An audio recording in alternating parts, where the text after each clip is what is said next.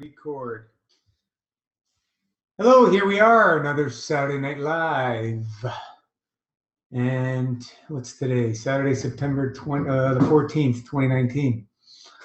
And another beautiful day in the greater TO area. And today we have special guest returning, Andrew, to give us some catch-up. Not the ketchup, but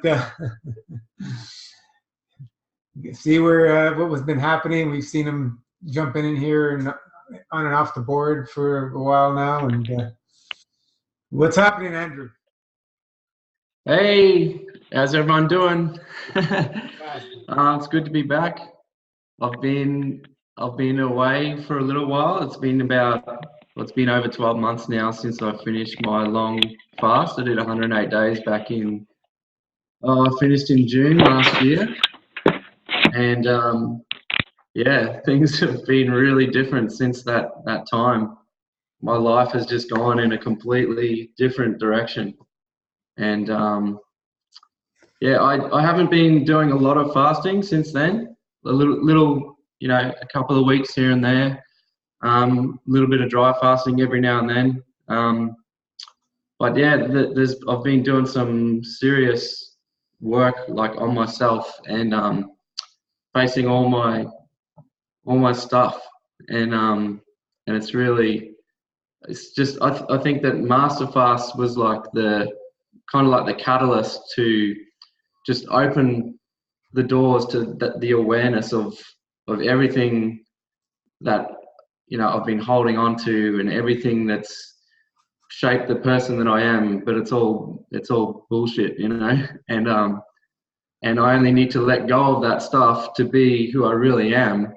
But it's the hardest thing that you can ever do is to let go of that stuff. Mirrors. Sorry, Gino. I said the mirrors of truth. Yeah, it's like the doors open up and then the truth is there, and it's bam, you can't avoid it. So you have to deal with it. You have to process it. And yeah, it's been ups and downs. It's been a roller coaster ride, but I'm really starting to move towards like freedom is what I would best describe it as. So yeah, it's really exciting. Awesome. Like we say, 108 days gets the door open. What are you going to do when you open the door? Yep, it's your move. What are you going to do? But yeah, like it's my whole life I spent looking for answers and messing around with pharmaceutical drugs and seeing doctors for all my problems, and then there was always there was just never any answers that anyone could give. And then when I came across Masterfast, for the first time I started experiencing all the changes and seeing the things that came out of my body and all that crazy stuff, and then feeling the effects of it, feeling the change in my body and my mind. That's when I finally felt like, oh, this is, I don't need to look for answers anymore. This is a real protocol that works. And in terms of physical healing, I've never looked any further than Masterfast, because I don't feel like I need to, and I don't need to look for answers anymore. I've got the tools and I just use them when I need to and incorporate it into my lifestyle. What pharmaceutical drugs were you on? Can you remind us? I don't remember. Yeah, I was on heaps of antidepressants and lithium and antipsychotic drugs for probably almost 10 years, all that cocktail of stuff. I was on drugs for my bowels because I had Crohn's disease and ulcerative colitis. So I was on that stuff, and I had like chronic back pain, and I would get regular like steroid injections for that sort of thing. And yeah, just I had really bad sinuses as well, so I would always take like sinus decongestants, pseudoephedrine all the time, stuff like that. But I think the antidepressants were the worst, and just really just locked up my heart like just closed the door, numbed me out, couldn't feel anything. And now like I'm finally being able to really like open my heart and just like feel the love that is in abundance everywhere, you know. And yeah, but I think those antidepressants really sort of suppressed me big time. Were you constipated? Pardon? Were you constipated? Yeah, generally, like most of the time I was constipated. Yeah. I also took a big one for me was accutane. I took that when I was in my teenage years, and I think that probably, you know, like started all a big downward spiral of all these health issues that I had. Because yeah, that was within sort of. I remember after finishing the course of accutane, within like 6 months, I was like really, like my bowels started like really hurting when I would go to the toilet, and so I got that checked out, and then they said, oh, you've got Crohn's disease. Oh, okay, what's that? They showed me like the footage of the colonoscopy. There's like all ulcers and stuff in my bowels, and there's like they call it stricturing, where the diameter of the bowel like reduces and gets really small. And then they showed me the drugs that I needed to take to deal with that.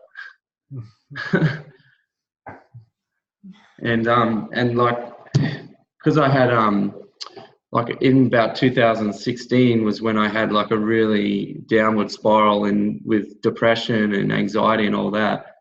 And I ended up like walking away from my job, and I took like 8 months off, and I spent like 5 or 6 weeks in a psychiatric hospital, and that was like a big shake up for me and my family in terms of health. And then so I wasn't doing anything for my for the Crohn's disease, so I went back to the gastrointestinal doctor, and he said, oh, you got to go on these, you should really do something about this because you're at an age where it's a high risk, and you should take these immunosuppressing drugs for the rest of your life.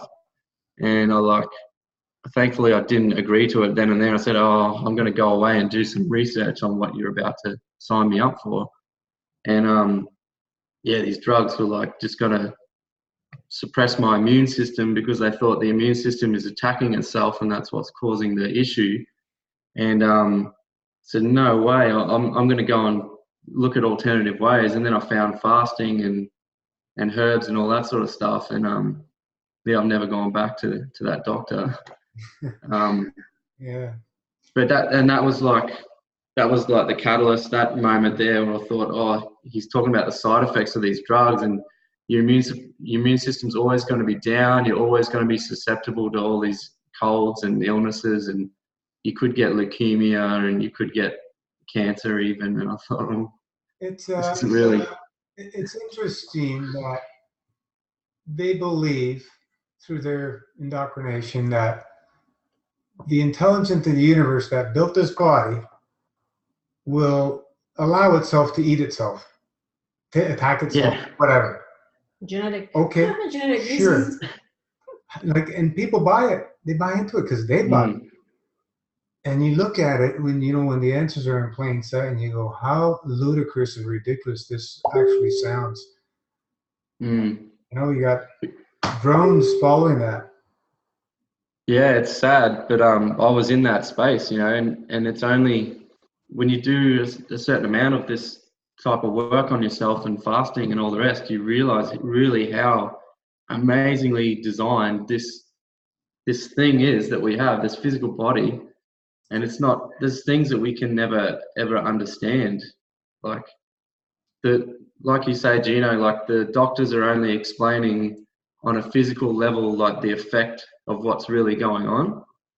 But if you go to a level higher than that, it's like it's all energies and the soul and spirit and all that stuff. But who knows there could be more stuff beyond that. And I don't know if we'll ever get to understand it, but once you expand your awareness to become and to see the consciousness of the whole, you are everything. So there's no need to understand it. You already are, right? And Yeah. that's the difference through the intellect of materialism, trying to figure things out and dissecting and dissecting and dissecting, and it's never ending because you're never going to find the ending. There is no end. Yeah. All that stuff just creates separation Right. from what everything is. It's all one, you know. And you And don't find the end anyways, right? You don't yeah, look for anything. You're okay. You know, just have faith. Everything is fine, right? mm, Right? Like everything is fine right now. Have faith because we have faith in God. I mean, otherwise we would be worried all the time about the future, and you know, like the lack of faith for sure. That's what's happening. We don't need to know too much. It's enough, you know. We're good now. We know enough to be happy right now, and that's what matters.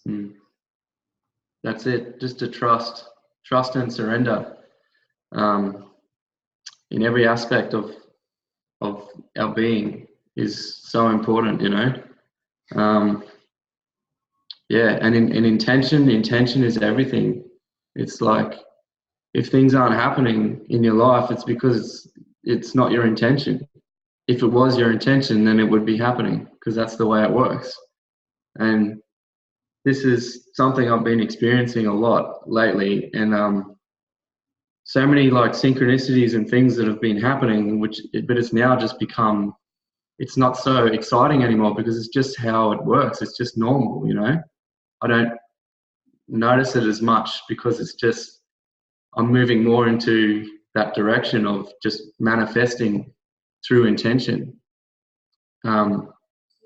Because, you know, if you, like a friend of mine gave an example of, he was starting his own business and you know, it was photography business, and he was like working his ass off day and night, you know, couldn't see his family, couldn't do anything, had no time for anything, and the business wasn't getting off the ground. But then all of a sudden, like, his favorite band was in town, like 4 hours away or something, and he stopped what he was doing and drove 4 hours to go and see this band because it was his intention. It wasn't his intention to do all that other stuff, you know. So when there is real intention, because our intention can get manipulated by like not having it crystal clear.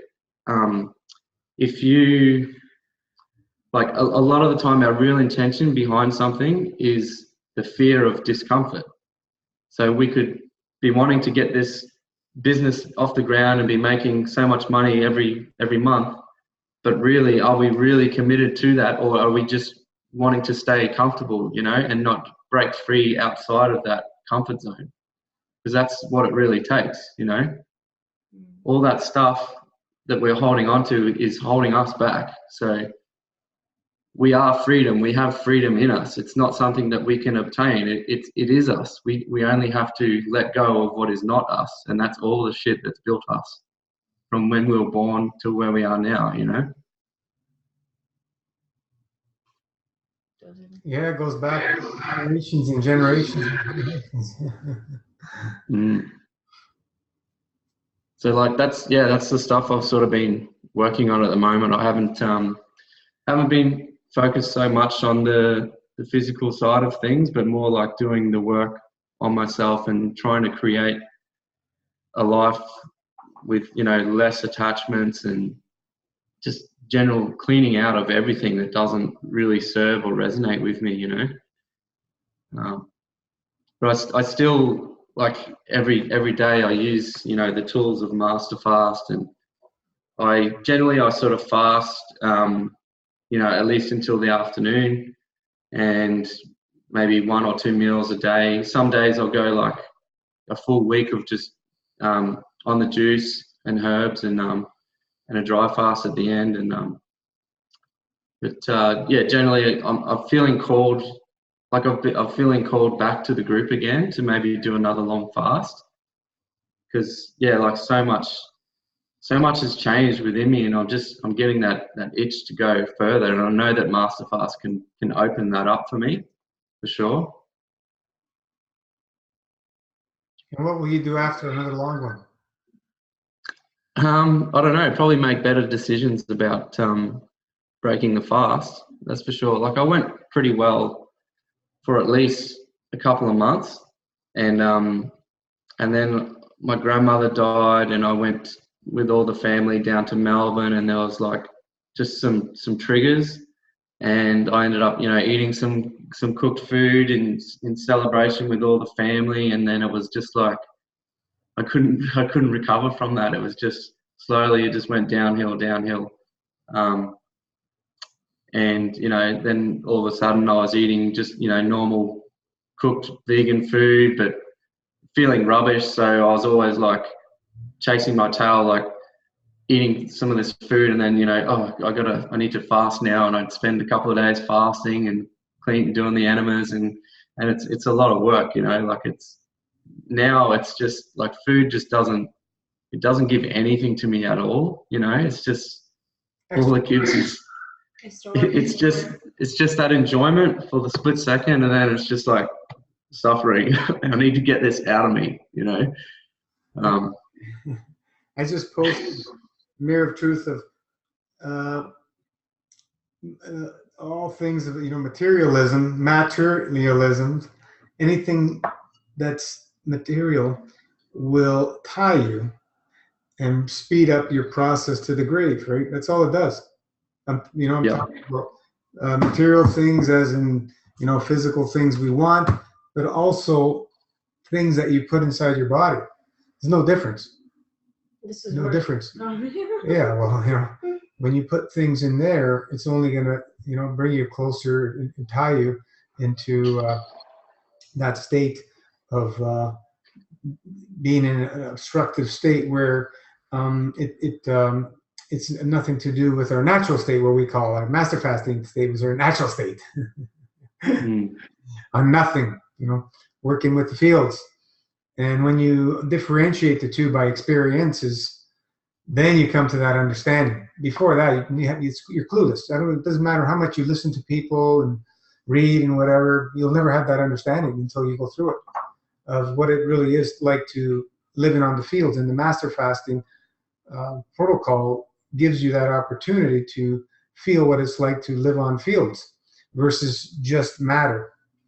Because we're working with all the dead material things that people call, they're all dead to death.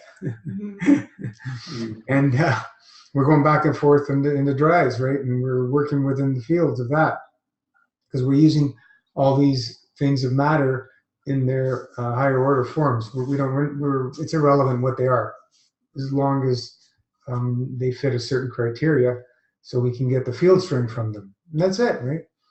So that's the difference. And once people start going to that, and they see that through the experience, then they start to understand, and then they go back to food.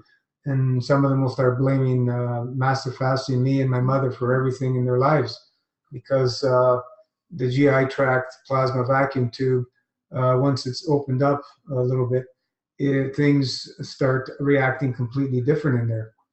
And the answers come in plain sight, the mirror of truth, as we call it.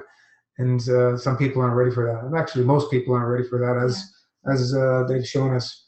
No matter how much we're discussing and sharing how much this is a lifestyle, has nothing to do with an event like going to a circus.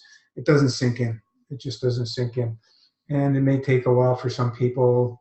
May take a few years for some people before it sinks in, and that's what we're seeing. I was naive to believe that people would get it quicker, but it took me decades, so I was very naive in that.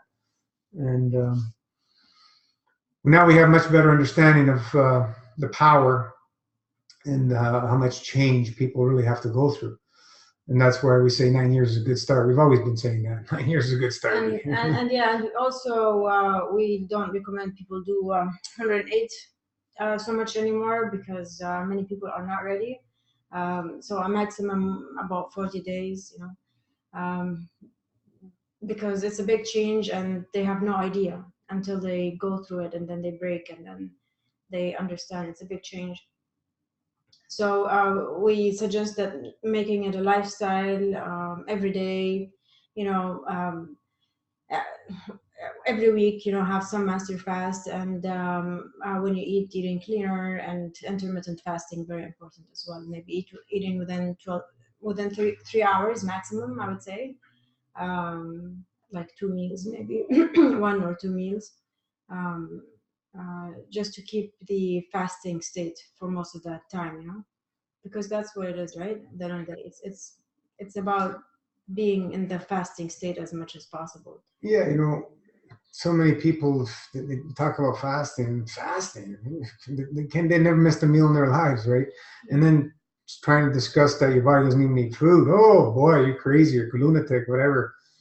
No, it's what now, coming close to 4 weeks. I can honestly say I've maybe drank about 6 bottles of juice, nothing else. How many people are going to jump and try doing that? They're going to kill themselves because they don't have the understanding of how many years of footwork I've been putting into doing this. 3 decades. Now with all the information we have, I know people are going to do it quicker. There's just no doubt in my mind because of the protocol that Masterfast has put together and how much more powerful it is at cleansing safely and effectively. So a lot of learning is happening every day as we go from more and more people going through this lifestyle, and it's a beautiful thing to be part of and have people join and inspire and support each other. And this is why we're here every week, right? This is what it's all about. Out there, good luck living this lifestyle. Good luck. I haven't seen anybody been able to do it out there. Marin's the only one guy, and he had such a strong desire to live. I've never seen anybody with that desire like Marin. Nobody. Ranji is right behind. The desire to be with the divine, desire to live. Because the physical is irrelevant, and once you go into that realm, everything's possible because we're dealing with soul. Yeah. The soul is not separate from us. It is us. We're part of it. We're part of the the whole structure of creation. The only thing that puts us in a kind of corrupted separation is the eating that we've been doing for generations and generations and generations to pull us away from the natural states where we came from. We don't eat, we don't drink, we don't poop. So why is it so far-fetched to believe that in this physical realm we can't do that? Why? I don't know. It's only because of our programming. That's the only thing. Our belief system doesn't allow it because we've been indoctrinated, programmed for so long. And addicted. Yeah, and addiction is huge, massive. Nothing more addictive than food, by far. Food is most addictive, period. If anybody disagrees, fast, and then let us know. Oh, well, my body needs, this, that, and that, calories, amino acids, minerals, vitamins. Okay, sure. Yeah. So how does the body start correcting all its deficiencies and deformities and this, that, and the other thing without nothing? How do they explain that? They can't. It's all mumbo jumbo opinions and theories. It's really interesting how people make all kinds of justification. Either oh, but I love food so much, or oh, but our bodies need this nutrition. Yeah. Oh, but we need this much calories to function and have energy. It takes a long time for us to swallow it. To change our belief. It's amazing. Addiction would make you make any excuse, The addiction is so strong that you would make any excuse. I'm still very attached to food, but I know that food does not give me anything at all. Exactly. I know that when I'm fasted, that's my true state, and that's where I get all my energy, my presence, my state of mind is just pure. And as soon as I eat, you know, all that goes out the window. So how can that?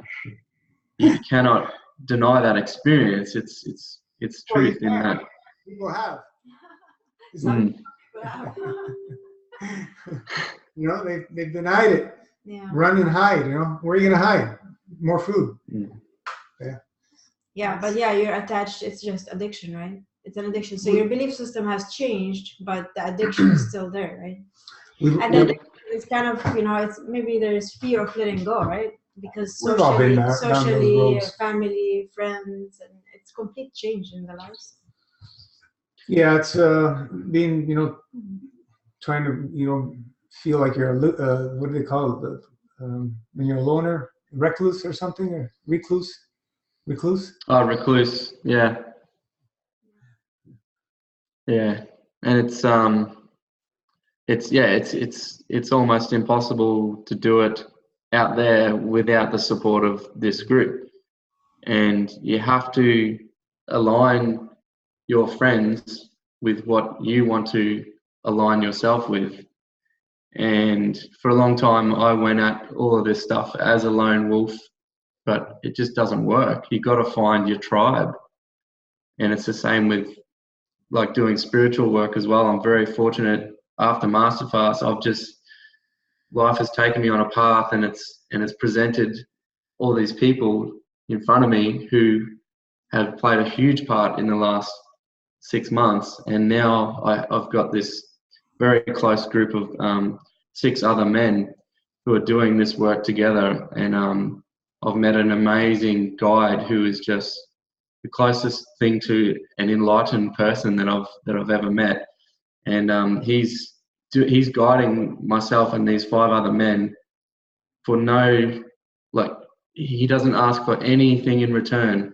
And he's spending time with us daily, weekly, doing work with us and guiding us for nothing in return, you know. And he's actually he's been over to Colombia, to the Sierra Nevada, and he's been welcomed into the Kogi tribes, who are like descendants of the Aztecs or Incas or something, and they have these selected few within the tribe called the Mamos, and they're like selected before they're born. They're selected in utero by the other priests, and they go on to spend the first, I think it's like 9 years of their life living in caves in complete darkness, and they develop this extreme sense of like connection to the earth and to everything. And they want to share, that tribe wants to connect with what they call little brother, which is like the Western world, that their big brother, and the rest of the world is called little brother. And they want to bring forth their teachings, and they want to like reunite the two, like the eagle and the condor prophecy. They want to bring everyone together because they see that change is happening, you know. And yeah, like he's sharing a lot of those teachings with us, and we're so grateful. It's really special. Mm-hmm. Awesome. And yeah, it's just like you got to find your tribe. Like with the Masterfast, you can't do this alone without the support. It's imperative. We say everything's possible. It's just that most people, from, you know, through our generations and our upbringing and all that, it's going to make it very, very challenging and difficult for people. Where, you know, we don't need to. We have a much better way now with support system. Everything with a support system has much more field strength as a whole to be able to help us along. Yeah, and I think it's healthy for us to socialize about this stuff. You know, like for humans to have friends about this. You know, it's important to have friends in general. You know, so you need friends if you're going to change your beliefs. You know, with something that resonates. Yeah. Yeah, I think I'll go on fast with Ranjit after this. She's been calling me out, wanting me to come visit her again. Amazing. Did anyone want to ask any questions or anything? Floor is open. I think one of the things that you really pointed out, which will help everyone, my brother, is the environment. You know, like with your family and your friends, and that is such, because you're such a kind, generous soul. Like we all are here. That when you're connected with your family and your friends and that, it's the hardest thing to really detach from when it comes to food. And I think when I look at people all here, it really is family. Like it's that connection where it's such a hard one to really just cut off and go, I'm going to go all the way, or even part-time, because it's tough to juggle until you find that balance within yourself. How you're doing, Andrew, like what you're doing, you're looking at a way, how can I balance this out, because I still love master fasting so much. And I think, Andrew, if you can talk about maybe a little bit about how you've tried, like how you've gone through that journey about with your family and stuff, because I just hear that so much, you know. How do we manage? Even now, I'm sort of like anxious a bit going back to my family in Brisbane, because I strategically come up here for 3 months to be away from people. So I have the capacity to do that. And when you're on your own, you can manage your environment a lot better. But when you're in a situation where you've got kids and all that sort of stuff, that makes it a lot more challenging, because it's in your face every day. And even for someone that wants to even go do it, it's even more harder. Like, so love you to talk about that. Really would. It helps so many people. Sure. Yeah, it's a good point. In terms of my extended family, like my parents and my brothers and sisters, they never really did, and they still don't really understand the fasting side of things and why I do it and everything. But at the same time, they have seen me at the lowest point in my life, and they've witnessed that. They've visited me every day when I was in hospital, but they can't. They still think that what I'm doing now is extreme, and even though I'm a completely different person, they either, when you rise, the people around you either rise with you or they pull you back down. You know, it's like, imagine the tablecloth on a table, and you pinch the tablecloth and you pull it up. All the tablecloth rises up. That's how you affect the people around you. You know, by doing this work, we can affect so many people, and you guys are, I'm sure, all experiencing that. But my parents are the type that are wanting to pull the tablecloth back down. And I honestly, I was enthusiastic at the start. I wanted to shout this from the top of a mountain to everyone and say, look, this is how you can heal yourself and all the rest, but it doesn't work. So think about how, I think someone said it the other day, it might have been Gino, about like, think about how hard it is to change yourself, and now how could you possibly change someone else, you know? So I wanted to change everyone and do good and everything, but it just doesn't work. So I learned to just keep it within myself and just keep doing what I'm doing, and, you know, just keep loving those people, but not get pulled back into their negativity and all that stuff. And it's a point of conflict, because I've had to let go of, you know, a lot of things in my family. Like I don't, it's not the same anymore, you know. They want me to be the numbed out, suppressed person that they've always known, and I can't be that person anymore, because there's only one direction for me, and you know, so I've had to, you know, I don't feel like I owe anything to my parents. I love them to death, but I don't need to give so much energy to keep them happy in their state, you know what I mean? But then take a step forward to my own family, my wife and my 2 daughters.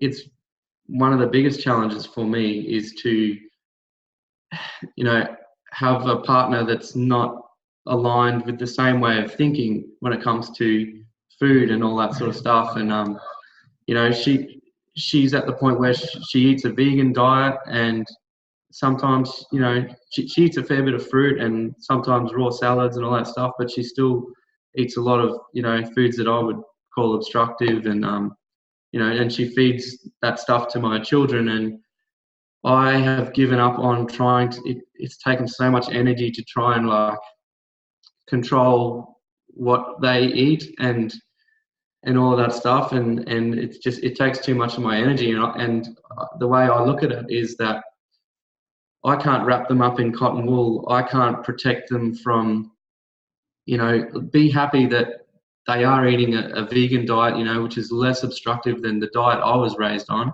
eating meat every meal.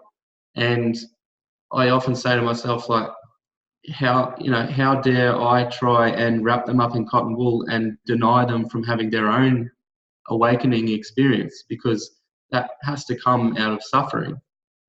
So I try and put a spin on it that way, like, be happy and grateful that, they drink their grape juice every day. My two little girls, they love the grape juice, and generally when they're with me, they don't want to eat, they fast for most of the time. So, I'm grateful for that, and I just try and keep being the example that they will eventually, want to follow. And yeah, I might just go into another room. Okay. My wife's just got home. So yeah, does that answer the question? Yeah, I think so. That does.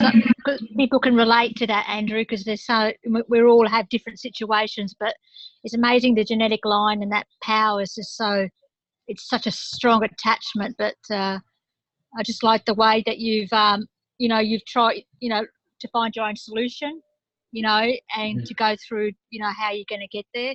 I think it'll help a lot of people. I think so, but it depends what you want, isn't it? Like, it comes down to you and what you want and how you want to live your life and your sovereignty as a person on what you want to do as well. Like, I know for myself, like, I don't care about I care about everybody, but I love everybody. But for me personally, I just go, well, this is just the path I'm going to take because I love God so much. That's the only path I'm going to take. So it's pretty black and white for me. And I don't have children or anything like that, but so it might be a bit easier. But even so, family is like huge. It's just so huge, massive attachment. And but now I'm come to a stage where you either love me for who I am and my lifestyle, or you can just retract. But you're right about field strength, because when you build up your field strength, the people that really do love and care about you will actually support you. You know what I mean? And the ones that don't, they should just easily, love and release, in most, and that's what I'm finding anyway. But interesting thing about in my journey is that lots of people ridiculed me at the beginning. They didn't want to have anything to do with you. They thought you're psycho and all that sort of stuff. But they're the same people that are calling you back. They want to have a bit of your field strength. They want to have they want to have the juice that you're on. And I just say it's dead grape juice. Go for that. The biggest thing is when you start seeing the weight loss, they are literally shaking in their boots of fear.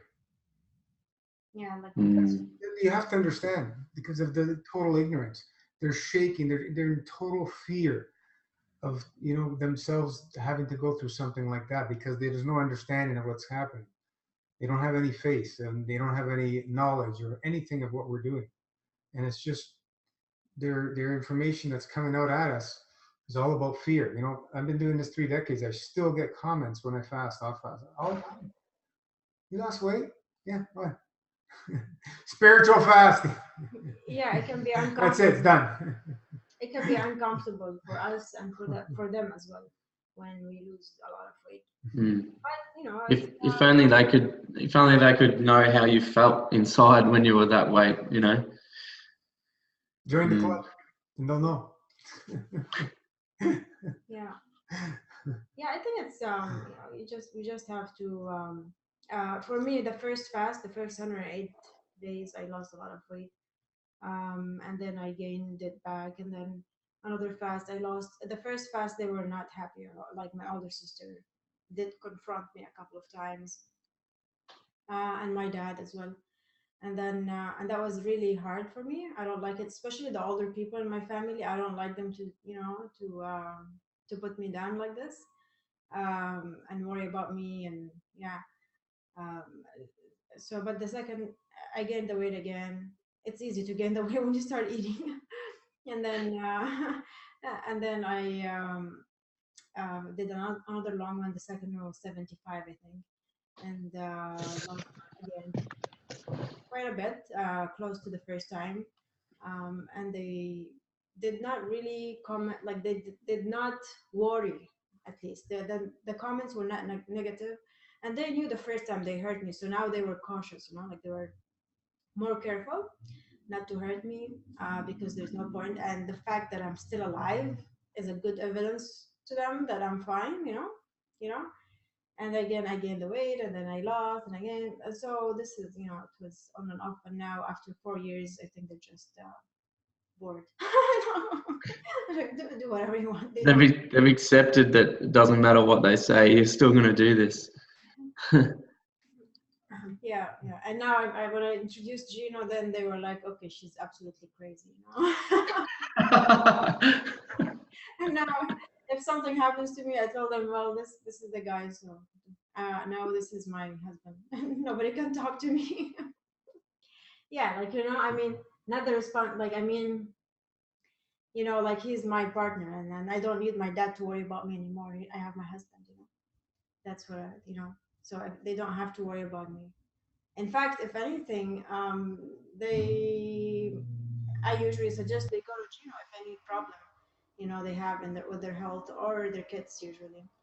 So Gino is the one they go to, and it's always, success with helping my family, always. So now they know this guy knows something,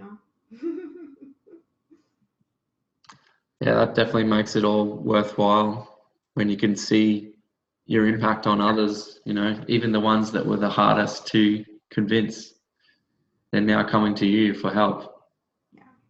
Yeah. That's wonderful. Yeah. I was wondering, can I ask a follow-up question?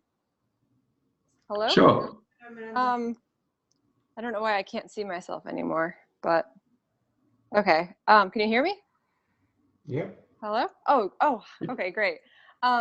Just going back to what you said about, it's been really helpful to hear about finding your people, finding your tribe kind of thing. And I understand that I'm going to be, or I've already been letting go of a lot of relationships that aren't supportive, and watching my family, and just, I'm really aware that my current friends and family aren't going to accept me. I'm with the wrong tribe. And I just wanted to hear more about how you found your tribe, because it sounds like you talked about these 6 men and your guide, because I'm okay with letting go of the people that are in my life, but I really want to find a way to find the right people, because I feel really supported by the online community, of course, but I need to put myself in a real community where I'm with like-minded people. And since fasting is so rare, like, how do you find other fasters? Well, the people that the 6 men that I'm in this group with, none of them fast at all. Okay. A lot of them still eat meat. But how I found those, work. Yeah, we're doing spiritual work, That's what whatever you want to call it. Yeah, that sort of stuff. But the way that I found these, I don't even, looking back, I don't know how it happened, but it was just a series of events. And I just, like, when you fast, you begin to be able to feel into things and like let go of what the mind is telling you and trying to confuse you about, and just kind of, when something's pulling you, you just, I don't know, you get this feeling, you're like, yeah, I'm going to follow that, So I just started following things, and people started popping up in my life. And for example, this guy, I work for local council as a construction engineer, and this guy came in for a job interview for a supervisor position. And I thought this guy was crazy. Like, he had a necklace, like a mantra necklace around his neck in a job interview. And he was telling me about, because it was for a night shift job where he was going to be a night shift supervisor. And you're like, yeah, this will be perfect for me, because I'm starting up this new business. So I'll be able to work for you guys at night, and then I'll be able to work on my business during the day. And I said, no, when are you going to sleep, mate? Like, you're going to be a liability for us. So and he was really eccentric, and I judged him and I dismissed him, and I gave the job to the other guy. And then that same guy popped up in my life about a month later in this circle of guys that I was hanging out with, and we started talking, and it turns out like this guy has really like connected, and he's awakening, and like he could teach me so much stuff. So I started hanging out with him. He introduced me to more people, and then there was this retreat that we went to that this guy organized, and it was about 17 other men, and it was doing men's work, and like, you know, trying to break free of all the bullshit programming, that the stereotypes that men have, that we're not allowed to like have emotions, we're not allowed to live through our hearts and all that sort of stuff. And there was a plant medicine ceremony as well, and that was a life-changing event for me. And that introduced me to this other guy who I'm now in this group with, that we're doing this deep self-inquiry, spirituality type work. And I just kept following my intuition and my feeling, and trusting on whatever would come from that. So like, it's taught me so much about setting an intention, but then letting it go, and letting go of any expectation of how or when or how it's going to manifest, but not trusting that it will happen. And I'm finally starting to see the results of that, as like things, because we have this, it's drilled into us that we want instant gratification, we want an answer straight away, but it doesn't happen like that. The universe has got other plans. So just put the intention out there, let it go, and just trust that it will happen, you know. Yeah, that's, looking back, I don't know how it all happened, but it's happened, and I'm here, and I'm eternally grateful. That's a great answer. Just keep Beautiful. trusting. Keep trusting. Makes perfect sense. Thank you. You're welcome. Yeah, sometimes we feel we need to connect with the flesh and blood, but when you start to understand a field is a field in the flesh, on the internet, or in the mind, and it's no difference between any of them, you stop looking and start going within and start finding the balance instead of start continually searching. There's nothing wrong with connecting in the flesh with like-minded souls. It's awesome. But if you're going to wait for that, you're going to keep searching and searching and searching. Whereas, you know, we're already here with beautiful souls and this like-minded thing, you know, the same things that we have interest in, and so on and so forth. There's nowhere else I would rather be. I can be out partying and drinking and eating. No, but I'm here every Saturday because this is where it all happens. We are the changes. We are the ones who are being the change. I mean, and you know, not waiting for anybody else. We're doing it. Bang with the plaque. Oh, yes. Yeah, this group is amazing. I'm so grateful for this group. You know, the information that MFS has brought forth, I've watched this spill over in all different aspects of the so-called detoxification community out there. And, you know, we had a wonderful Elatom join us, and man, oh man, you know, we went through so many similar things in our lives. You know, we hit it off so wonderfully, and the synchronicity, the way it all happened, it's been amazing. You know, here's a guy doing what I already understood, who did all the footwork and brought it to the level that most people on this planet say is impossible, right? Already what we're doing in MFS, most people on the planet think it's impossible. Then you can send somebody like Elatom comes along and saying, yeah, it is possible to even let go of all that, right? And move on. But what do you got to do? You got to do footwork. Yeah. And that's what most people are showing us. They're just not really willing to do, because in this instant gratification false society, it's all based on stimulation, right? Stimulation, that instant stimulation that you feel, and then it's gone. And then you need another one, and it's gone. And then another one, it's gone. And it goes on and on and on. It's never ending. And the only things these things do is obstruct us more and more and corrupt us more and more. So what do you got to do? Do the work. Do the work and find and taste the nectar of God. And then you'll start to understand through the experiences. And how long is it going to take? Doesn't matter, as long as it takes, right? Yeah, it's like it's the same with like plant medicines. Like there's people that will keep going back for so many plant medicine ceremonies, but they're just chasing the feeling of bliss that it gives you, but they're not following the messages that are shown to them and doing the work outside of that. You know, that's the only way to move forward, is to process that things that you're shown. Yeah, spiraling, it's part of the spiraling outwards and more confusion. Working with plants is amazing and wonderful, better than working with anything else, because we use plants, but we use them specifically for certain reasons. And we're not looking for the plants to do it for us. We're working with the plants to teach us and bring us to the next levels, if we want to call it that, the next level of awareness, and so on and so forth. And every time we do it, we expand a little more of awareness, a little more, as we let go of the obstructions through the art of subtraction. We expand a little more. It's all about subtraction. Anything you add is always going to corrupt and interfere. I don't care what it is. This is why we're very specific of only using the spirits of the plants. We don't want to put the material things in our bodies. We're very limited in what we use. And there's reasons for why we're using all these things. And it's very basic and very simple. It's exactly what I just said. We don't want to work with things that obstruct.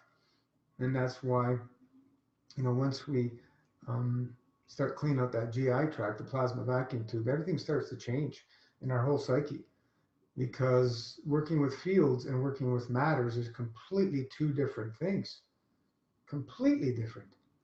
But to come to the understanding and have this physical body come to that understanding and work with exclusively with fields, it's going to take some work and it's going to take some time. It's not going to happen overnight. You're not going to just transform and you're going to stop eating. Good luck. Good luck. Most people kill themselves. So we have specific ways to meticulously and systematically work on cleansing the physical, mental, emotional bodies. And it's just everything that people are experiencing. It's all part of the process. And most people just do not want to get it. They make up all the excuses. So that's why we're trying to bring the picture, make it as clear as possible, and we keep doing these, meetings and support and so on and so forth, because there's so much confusion, ignorance, and misunderstanding of what MFS is, and fasting in general, what it was. But we're master fasting. Fasting has been corrupted out there, and we really don't want to associate with that, because we have the new understanding now that only the body feeds, hydrates, builds, balances, and heals itself through soul from source. And with that little sentence in Arnold Ehret's wonderful 3-letter formula, V equals P take away O. Once you understand that, just do the footwork and trust. And the more you do it, the more you trust. The more you do it, the more you trust, because it starts opening up and the realization starts coming through. And holy shit, all of a sudden you look at your body, man. What is this, man? This is amazing. What happened, right? And this is the beauty. So this is why we continue and continue and continue. Do we fall off here and there? Yeah, of course. It's all part of the process, though, because that's going to make you come to the understanding of, holy shit, this food really isn't cut out what it used to be. Like, you've come to that understanding, right? And many other people that have waken up to that. And some people say, you've ruined me. I can't eat no more. Blah blah. What? Okay, they're not listening. They're not connected. They're not part of the group. They just come in, do their event, and you're gone, and then they come back to blame. Okay, thank you, because this is not what we're about. So it's very, very challenging to bring forth information that smashes all belief systems. Like just look in the past of all the people that have brought new information that smashed belief systems. They are harassed, beaten, maybe killed, et cetera, because the masses weren't ready for that. The consciousness was not ready. So now there's the consciousness is at a level where people are starting to awaken more and more and more. It's happening out there, and the few of the few are becoming more of the few of the few, and it's awesome to see.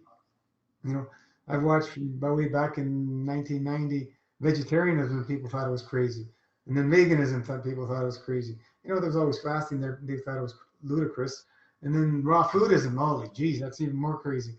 But now fasting's been more opened up, and the dry fasting specifically has been more opened up, and people are corrupting that too, right? They're corrupting everything. Everything's corruptible. Everything's corruptible because they haven't done the footwork. I'm no genius. I did a lot of freaking footwork, and when people say, ask all these different questions and stuff, and sometimes I look and I go, holy geez, man. I've gone through that. I've gone through that. I've gone through that. I've gone through that. There's not much I haven't gone through in these 30 years in the fasting experiences. So it's not difficult for me because I've done it. And I just was so freaking stubborn and continued and continued and continued. I didn't give a shit what anybody said. The more people said things against me, the more it drove me to keep going. The fasting was that little light that I understood that's part of my life. I didn't give a shit what anybody said because I seen what it did. I didn't have to tell somebody didn't have to convince me that what I experienced was wrong. It was an impossibility. They would never freaking be able to do that because I experienced it. And this is the beauty, right? When we have a support group and we can talk about these things and come and people say, oh yeah, that's okay. This is what happened, blah, blah, blah. And then we all can relate and gain that new understanding of our experience because others have experienced that. And this is the beauty, this is the beauty. So we continue and we continue and we continue. And nobody's going to stop us unless they put a bullet in my head, right?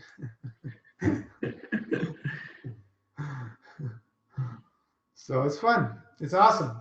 It's awesome to be in an area where you can see massive transformations happening with people who do the footwork. It's awesome. It's just, where else would I want to be? Going out shopping, going out buying a new car, what's that going to do for me? I drive a 2005 car. I don't give a frick about a car. It ain't going to do anything for me. As long as it gets me from here to there, that's all I need. Who cares about the car? Home, as long as you got a roof over your head, everything, you're fine. If it's a hut, wonderful. It doesn't matter where it is. As long as if you feel that it's your home and you're comfortable there, could be a hut, could be a cave, could be whatever. But now that we've come a long ways with technology and so on and so forth, we have many choices available to us to how we want to do things, and now we'll come with the new breakthroughs of information to allow people to do breatharianism in a overpopulated city and not have any thing that will deter them, because the new understanding will come through, and the more people that do it, the more it'll happen, and more and more and more.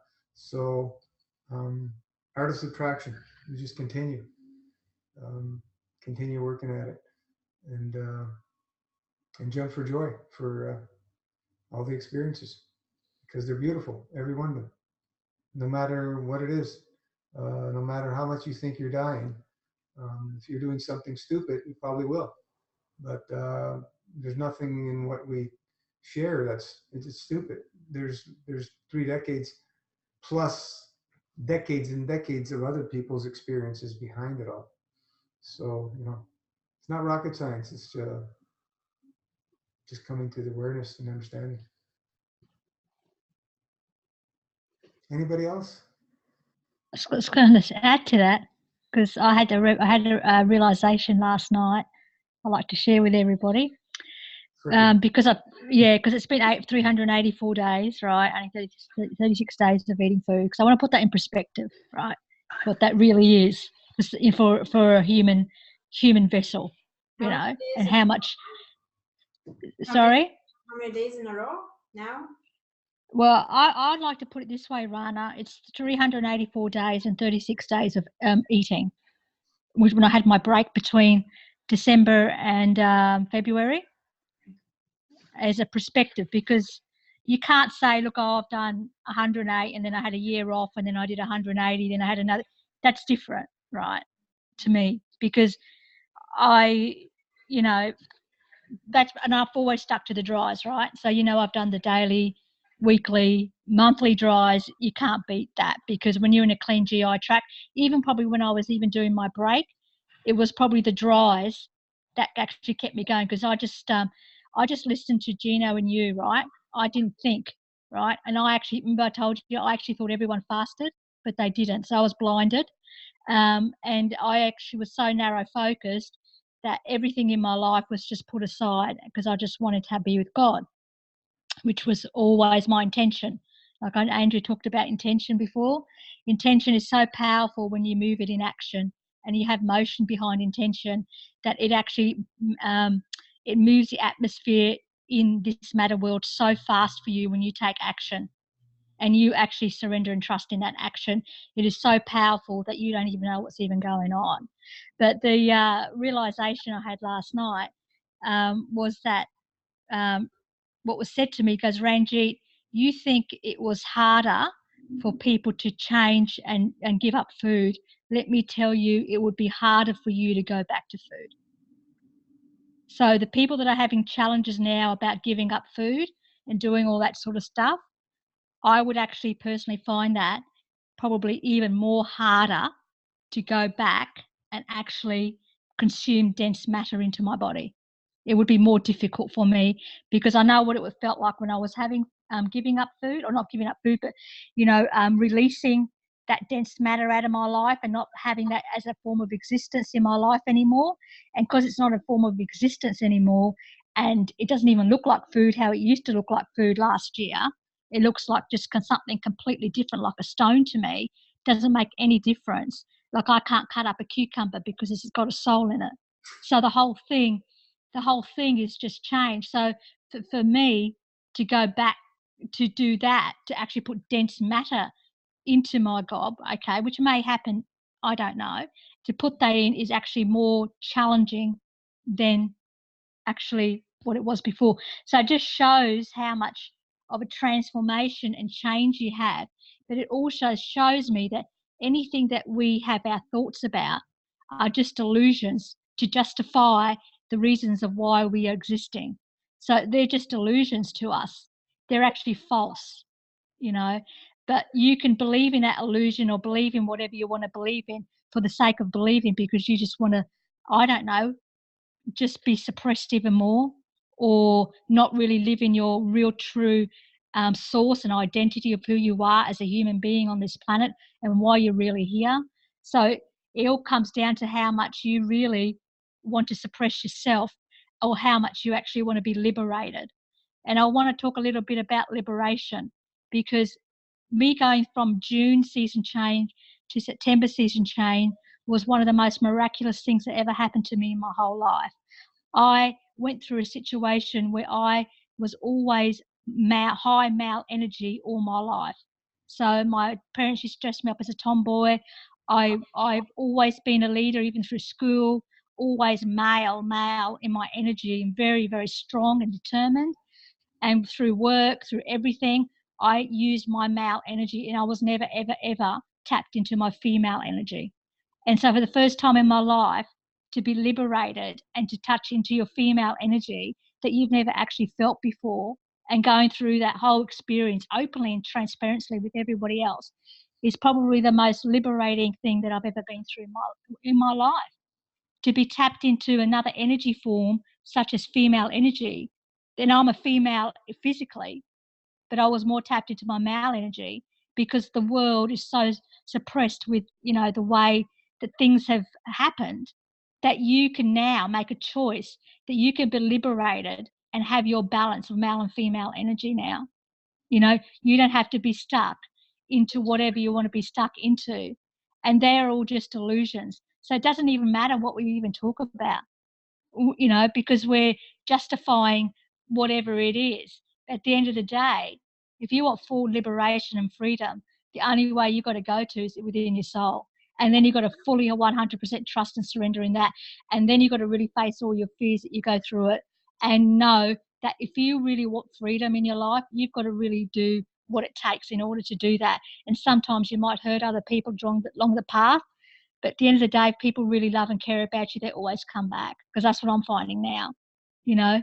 So I just think that when I had that realization last night, when my soul said to me, Ranji, you think it was harder for you to give up food? It will be harder for you to take in food now. So how does that happen, Gino, so quickly? How does that happen, to have those huge transformations and change? I tell you how hard it happens is that you have to sacrifice everything in order for that to happen. That everything, you got to not more than just change everything from A to Z. You actually have to put your body on the line. You have to put everything on the line in order to get even where I am. And I'm not even anywhere. I'm just like a little bit of something. You look at Elaton. I mean, like 20 years, decades of what he's done. And then you've got to face all the other shit, because I know I hurt people, Gino. I know I hurt people, and that's a real hard one to do. And I hurt my family and I hurt people. But the thing is, if I don't stand in who I am, in my light, and live in my source, to know the fact that we could actually live past 150 and beyond, imagine what sort of experiences we would be having then. You know, as a tribe, if we're still together and people are fasting with us and we're doing this, you know, there's not going to be many of us. But I tell you what, I want to be, at least give myself a go at being one of them. And I want to take a whole lot of people with me, or have us with us, or whoever it is. Because, you know, what's going to be freaking amazing in 100 years' time compared to what it is now? Like, we're talking all this illusion stuff at the moment. Can you imagine what it's going to be like in another 100 years? We're going to be laughing at our illusions. We're going to go, why the hell did we think about those thought forms? There's just a thought form. Food is just a thought form. That's all it is, you know. And then you decide, you get yourself attached to it, and then you decide, I'm going to put that thought form in my body. No wonder it takes so long for us to adapt our physical form to get to a place where we're living on energy fields, because it's been happening for generations, you know. So you've got to give that ability and time. And for you to do the footwork, yeah, you're going to have some pain. And does it get harder? It does get harder, you know, and it's worth the struggle. It's worth every single thing for your own sovereign freedom, so that you stand as a possibility and an inspiration that you too can help other people and be better for humanity from that place, when you've got high field strength and high love that's flowing through you, than from a place where you are suppressed. So you're better to be liberated than suppressed. And in order to get to that, you've got to freaking sacrifice everything. And is it worth it? I think it is worth it. Is it worth it for you to do it at this time and place? I don't know that. We don't know that. Okay, but that's how I feel. So just from that thing, that me being liberated and becoming more female and in my goddess power, like, it's just like, you can't stop me now. Like, there's just no way that anybody can even say anything to me saying you got to eat food. Look, I'm just so fired up. And in this September, you know, season change and everything, it has catapulted me into saying, anyone tries to say anything to me, I can literally tell them to piss off. And I feel all right about that. I feel all right about that, because that's a loving thing I'm saying, because I'm standing up for what's really true. And I don't care if people think I'm crazy, and they probably think I am crazy in the mind, but I tell you one thing, I'm not crazy in the soul, and I'm not crazy in God, and I'm not crazy in standing up for all of us, really. So that's what I wanted to say. Freaking amazing, isn't it? It's so fun. It's so freaking amazing, Gino. Like, last 3 days, all I've been doing is laughing my freaking head off and dancing in the secret place with the divine. And I've controlled my euphoric states now, because I was freaking off the planet with my euphoric states, being female and touching my skin and having that, my own intimacy with the divine. I don't have to share that with anyone. That's mine, you know. you don't need anyone else anymore. Like you do, but you don't, you know. But like this journey is just incredible. Like from last year to this year, it actually gets better and faster. Like you just go, when you surrender and trust so much, you get more. The rewards are amazing. And when you go into service and you start sharing, giving in the infinity loop, like what you get back is just freaking incredible. When you, like, I show myself, don't I, Gino? Completely transparent and open. I talk about everything because this is life. This is the shit that we go through. And I don't mind exposing myself because you know what? I'm not attached to my identity anymore. I'm not attached to who I am. I don't hide. I just say, this is it. And I've got, you know, my family here and I feel really, you know, comfortable with us and I'm willing to, you know, go forward for us so that the consciousness is changing and I see it. And if you want a great 2020, you really got to make some changes now. It's still season change. So you can tap into the cosmic realm still now and get fed from that and get that information that is your feeding and nourishment into your body and do your 3-day dry fast and do that stuff, you know.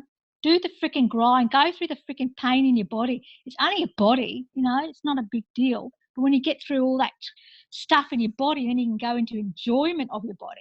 Like when you go into enjoyment of your body, holy guacamole. Like it's nothing that you've ever experienced before. Could be like when you're a child maybe, but nothing. I've never experienced this stuff before. Never. Yeah. You know, I'm not stupid. I'm smart. Like I know my brain, I'm smart, you know. And yeah. Did I fire you up? Touching my skin. Maybe you want to clarify, why are you touching your skin? It's just, it's so soft. And the nerve endings are, because you feel the nerve endings. So you, when you touch yourself, it's like you don't even have to touch yourself, right? You can actually feel the force off your skin and you feel, yeah, the field, yeah. But your skin is so soft. It's like, I actually do feel like I'm regenerating younger. Like I don't feel like you know that photo I put up of myself before I started MFS? I mean, my skin was shit. You know, I was just so inflamed and obstructed and I never could touch my skin like that. So yeah, it's just such a joy to be in your body, you know, like everything's just so, your nerve endings are heightened and everything. And you just can't help it but touch yourself. Well, touch your skin, I mean. Sorry, I shouldn't say it the other way.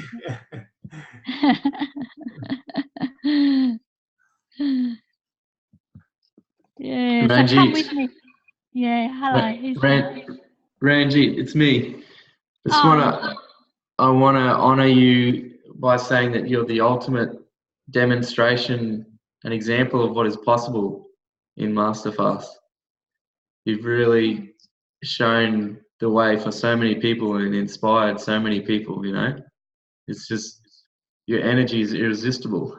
But what you were saying about liberation and freedom, it's so important because freedom, I think I said it before, but freedom is what we are. That is what we already are. There's no need to go on a quest to find it because you already have it. And it's what you are. And to become what you are, you only need to let go of what you are not, which is all that attachment to all that other crap. And yeah, it's easily said, but it's not easily done, but it can be done.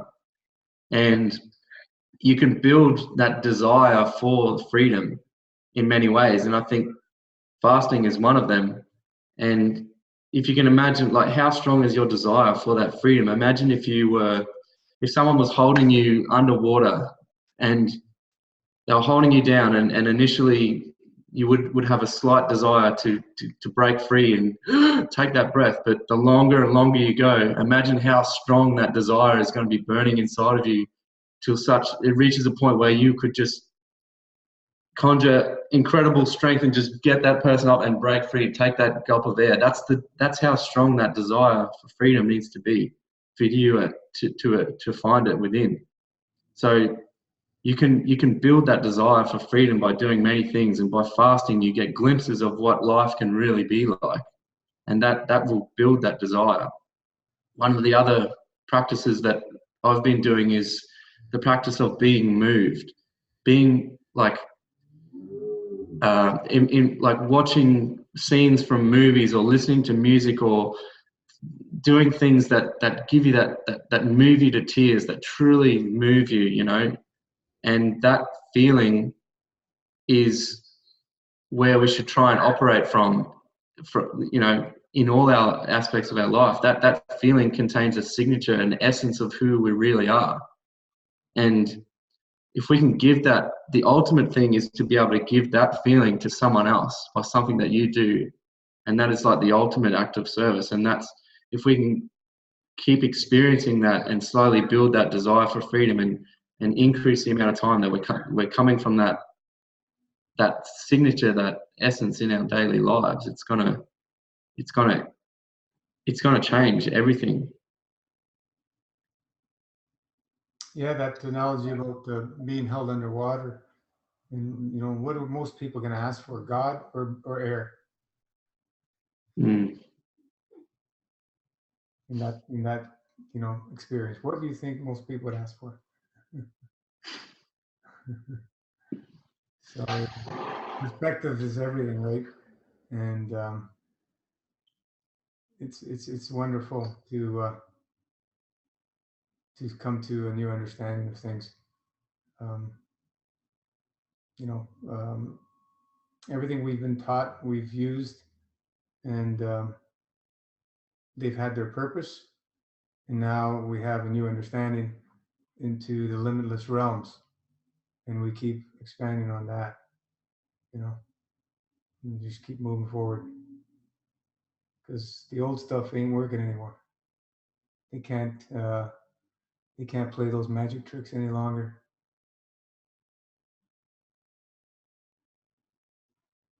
Anybody else?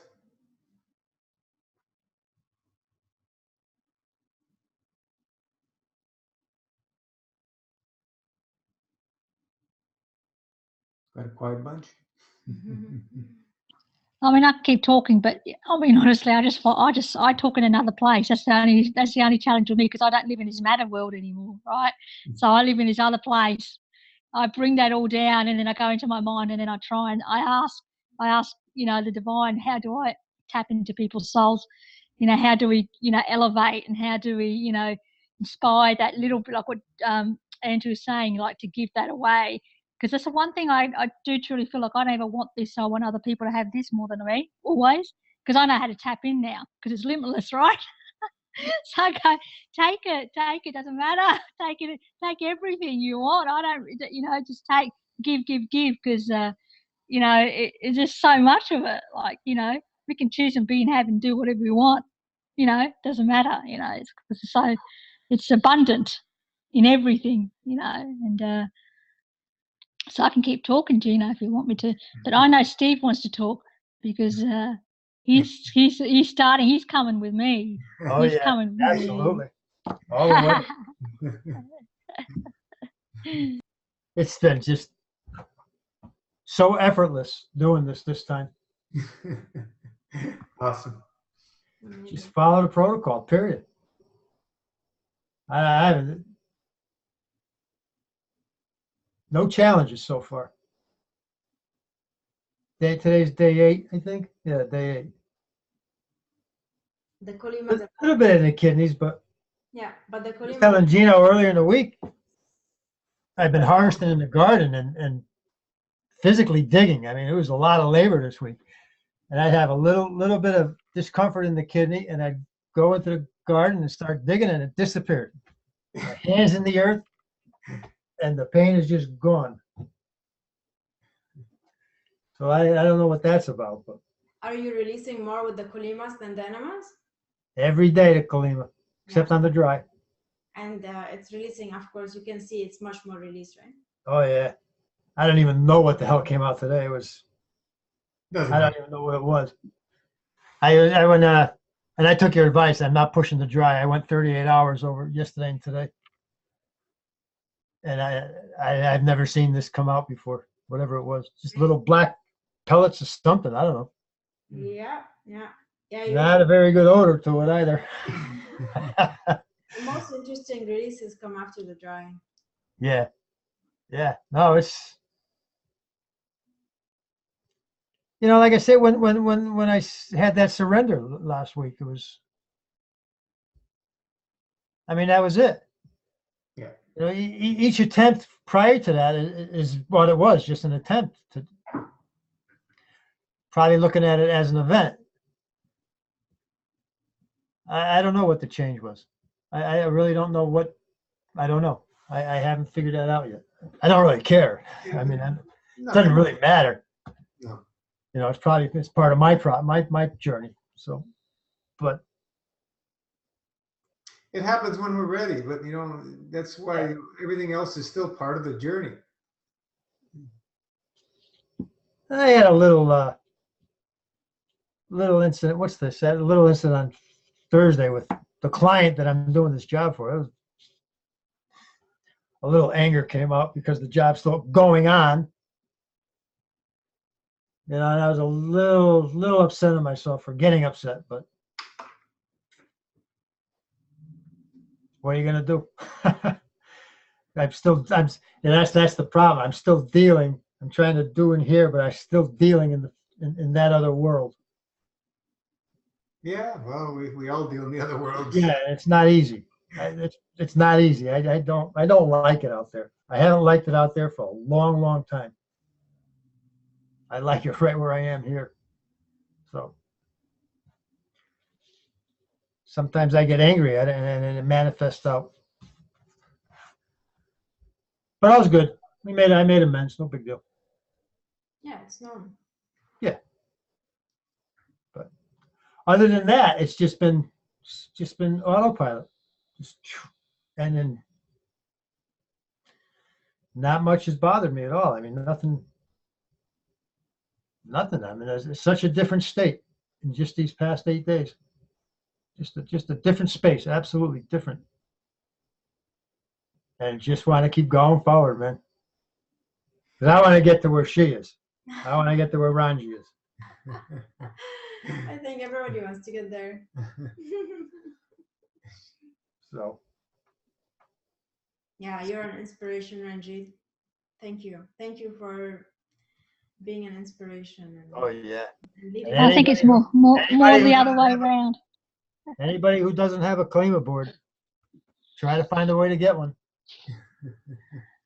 Huge difference. That was it. The kidneys, you know, the kidney pain comes because the bowels are obstructed. So the best thing you can do is wash your bowels.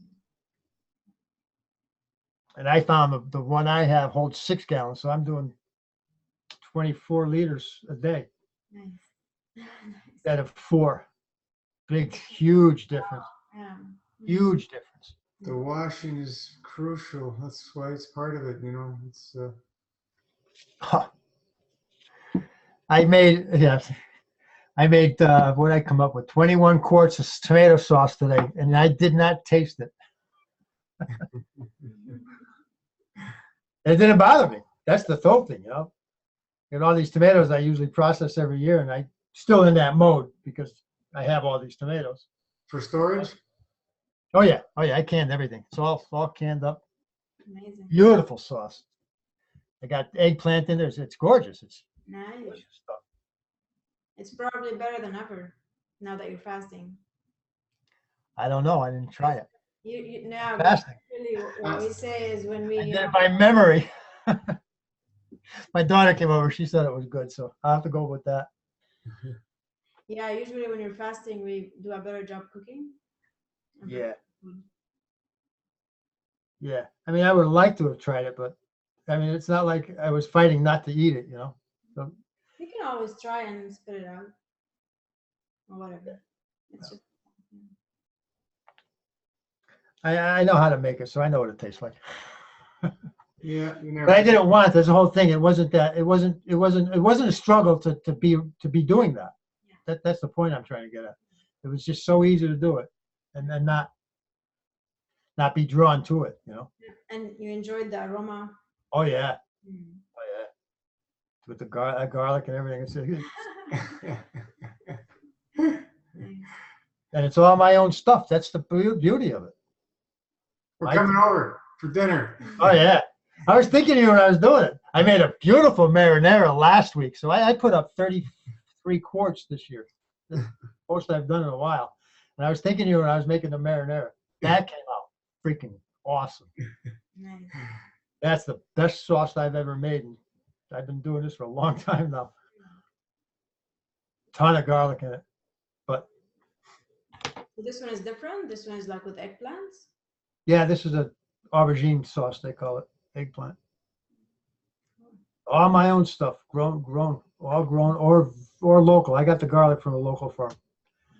I didn't want to put all mine in there. And you grew all the eggplants. Oh yeah. Oh yeah. Yeah. Nice. Yeah. So I just eat it in the other. That's what I did. Exactly. I just stepped out of it. Just stepped back from it. Yeah, meditate on it. Yeah, when you do that, your fields go way up. You take control of the situations. The freaking energy level is through the roof. I go from 3 o'clock in the morning until 6 or 7 o'clock at night. I don't stop. I can't stop. I don't. Unfortunately, winter's coming. I'm going to have to slow down somewhere. And that was like really right from day one. Right from that point of surrender. Everything just started elevating.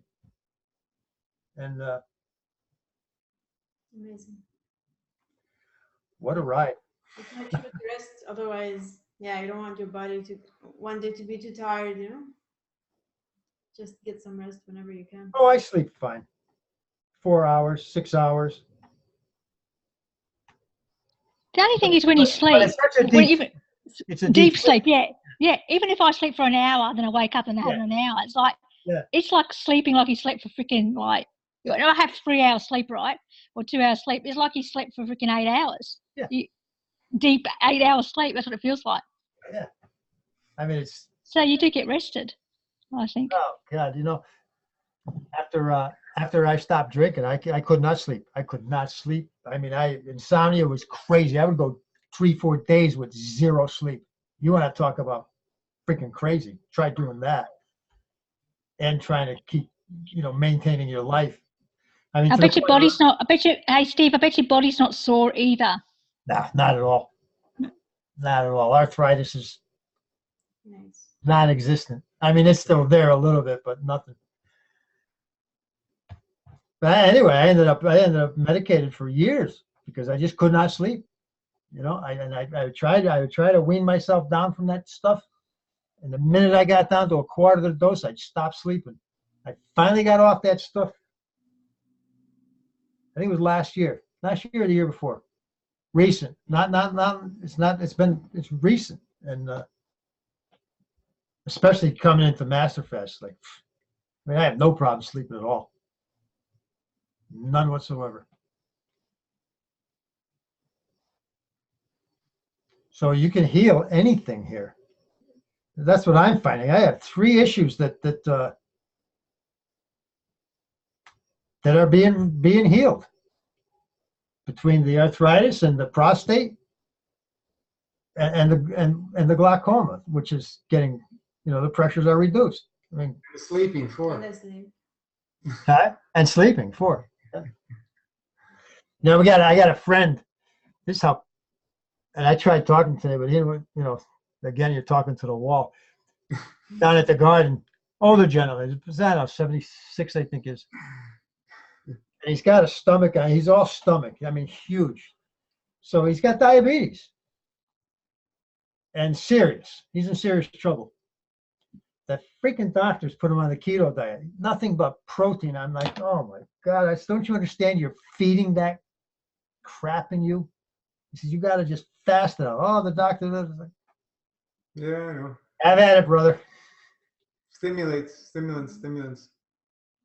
Yeah, especially diabetics. They're afraid of the sugar. Yeah. Yeah, they think they can't eat fruit. No fruit. I don't know. It's crazy out there. Medical fields is crazy. Yep. I just heard somebody was put in a mental institute against his free will for 30 days. Oh, man. I read that. Where was that? I read that. No, local here. Oh, local. Like there was something I saw. Same thing. Oh, somebody was arrested here. The parents, kids were malnourished Mm. because they were on not vegan fruit. You know, pretty close to what we're eating. I don't know what their bodies look like, but of course they arrested the parents. I think it was Ohio. I don't know. It doesn't really matter. It's here in the States somewhere. So the parents went to jail and they sent the kids to DCF and they're into the hospital and they're fattening them up on all the junk. Yeah. Put them on McDonald's and vaccines and drugs, no problem. Yeah. Insanity. That's, you know, There's yeah. which is child abuse, but that's what they want, right? Yeah. Yeah. There's no money in this. Exactly.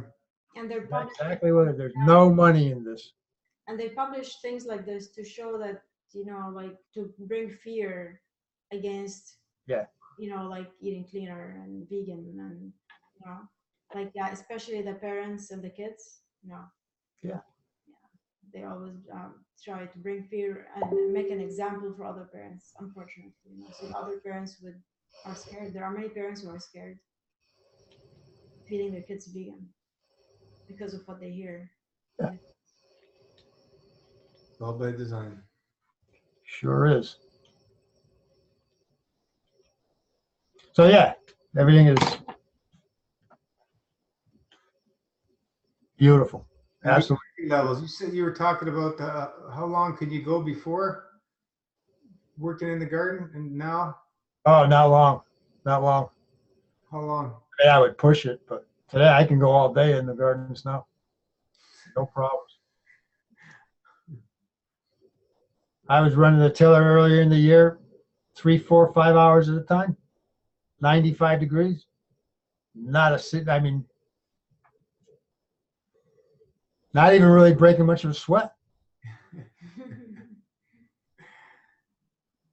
So.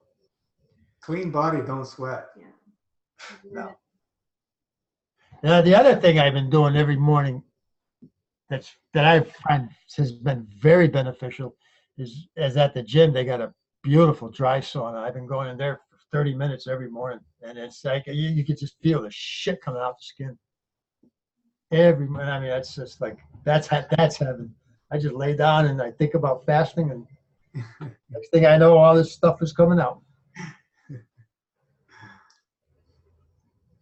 And I start. That's the way and from there I go shower and go to work. So that's the way I start the day. I mean, how better?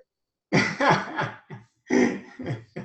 get the body moving, and then I get the crap out. And it's when we look back and what we were doing, and then we understand what's happening now, and just have a laugh, right? That's all we can do is, what the hell was I doing? Yeah. I've been getting a little congestion in the ear. I don't know what that is, but get some ear candles. When you're dry I fasting. have them. I'm going to try one tomorrow. I have some. I bought some. Do them when you're dry fasting. Huh? Do them when they're dry. Yeah, the ear. Gets Yeah, I can't. I can't even hear out of it sometimes. It's like, that's all right. With the dry and after breaking. Yeah, I read up on it. I bought them. I just haven't tried them yet. Well, I've never gotten to this point, so it's never been really an issue. It was there, and then minor. It takes what it takes. Yeah. Steve, have you done the body brushing? No. Right, do that. Because if you're like this and you're doing the dry saunas and everything, go get a body brush. Yeah. Incredible. Yeah. And You do it with the energy, like you do it away from the heart. Yeah. I think there's a picture somewhere. I don't know where it is, but I'll see if I can find the picture. It's awesome. It really is. Yeah. Definitely. Yeah, I'll embrace it all. I'm just, baby stepping into everything. Yeah. I can't dry. I'd love to dry. I can't do it with work because I'm covered in chemicals, basically metals and chemicals. I have to shower. Yeah, that's great. Yeah. I always. Yeah, No, I cannot dry. It's no big deal, Steve. Don't worry about it. The dry brushing, you do it like when you wake up, like maybe the first thing, you know, you go to the bathroom. I like to do it in the shower because there will be skin, you know. Yeah, okay. That makes sense. Dry brush, and there's one also for the face. You can dry brush your whole face, and it makes the whole skin so much softer. Really? And it moves the lymph. This is the idea. It moves. Yeah. It's moving in the area where you brush. It's like exercise, you know. And you do I get a monthly massage too. Yeah. I started that after I had my back surgery. I get a monthly massage, and this guy is fantastic. And it's all of it. That's what he says. Just I'll move everything for you. Don't you worry about it. And he's really good at what he does. It's nice when you're fasting. Yeah. Get things moving. Yeah. When you're eating, it moves the inflammation and the toxins. But when you're fasting, he said when I had a period where I didn't go after the surgery, and then when I started up again when I started fasting, and he just said, whatever you're doing, keep doing it. No kidding. Yeah, he said, your joints, he said, incredible. And you know, I'm 60 years old now, so they can feel the difference. yeah. Yeah. So for a 60-year-old to be doing what I'm doing physically is amazing. I went for a massage yesterday. I go, you better be strong. She goes, oh yeah. And she's going, I go, harder, no problem. She goes, man, we got these big guys come in. They can't handle that. Oh, no. He can go as hard as he wants. That bird stick, man, I can dig that sucker in. Yeah. It's awesome. Yeah. Awesome, Steve. Doing fantastic, man. Committed. I love that. Always here, always committed. Yeah. It's great when Oh somebody. yeah, you know, I said it. I'll say it, and I'll say it again, because I came through. I got here through Spears' website and what he's doing, and he was beneficial in the beginning. But they're focusing on the freaking diet. Right. They're not focusing on it, and I knew it almost immediately that that's not where it was. I just had a feeling that the answers were in the fast, not the diet. And then I was called to this, and it's like boom, that's it. Everything else is bullshit.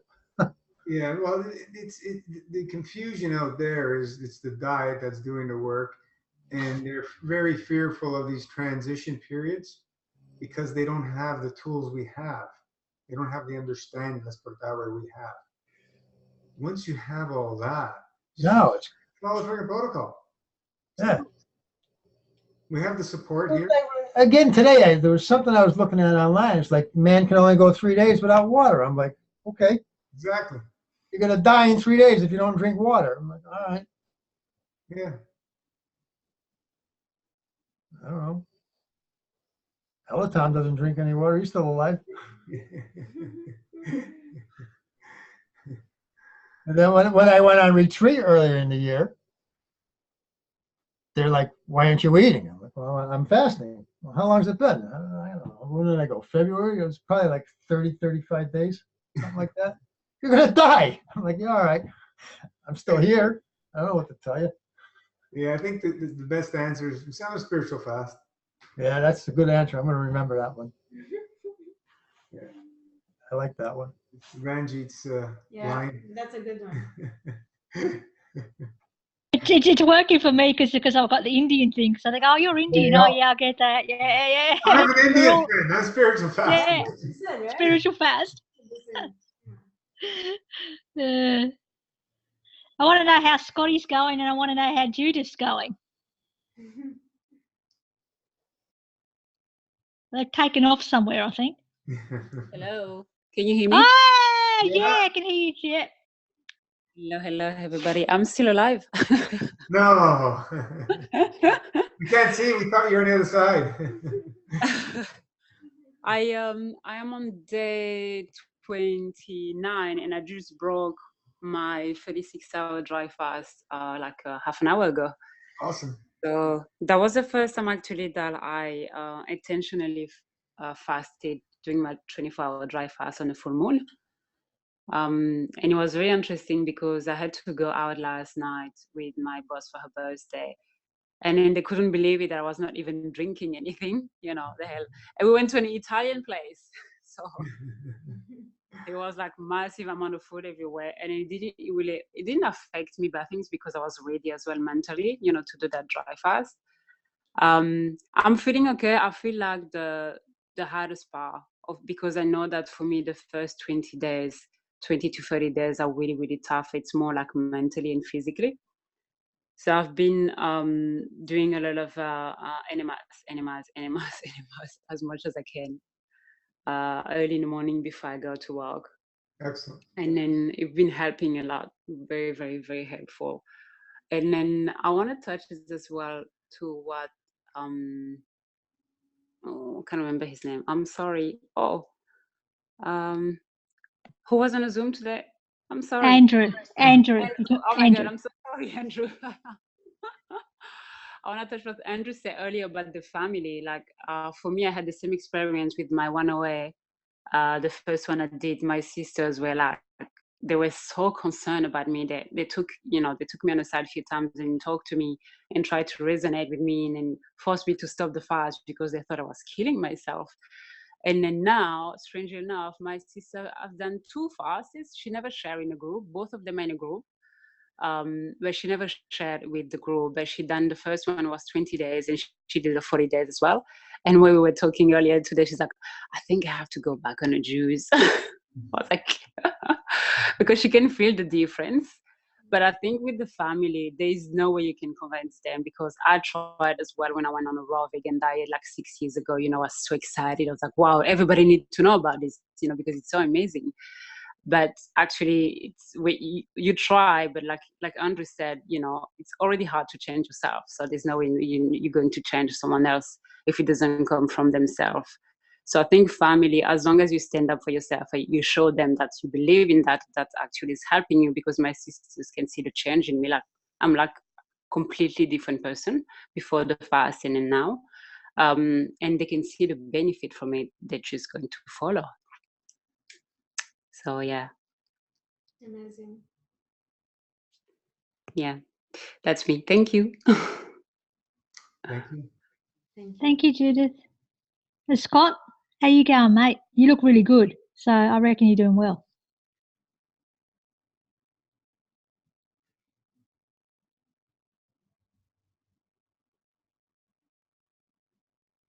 Sorry, I was double muted.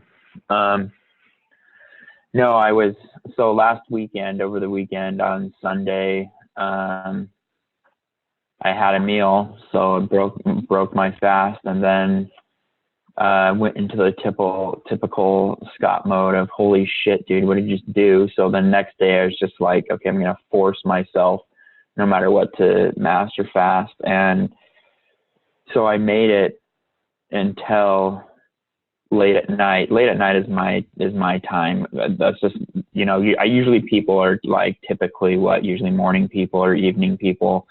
Definitely a night person. When I wake up in the morning, I can easily go until like noon or 1 or 2 without any food or anything thought of it even. Then something magical happens in my body and says, oh, you need to eat, you know.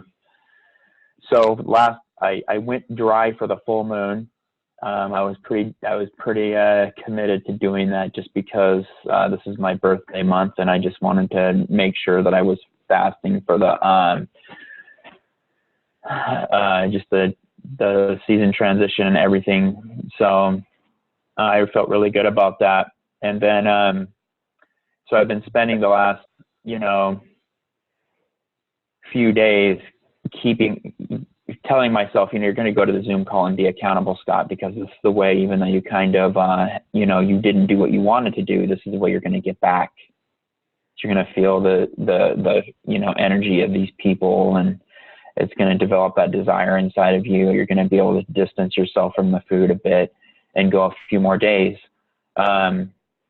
One thing that has been a little bit different for me that during this cycle of just kind of going on and off the fast is I did 7 days of Masterfast, man.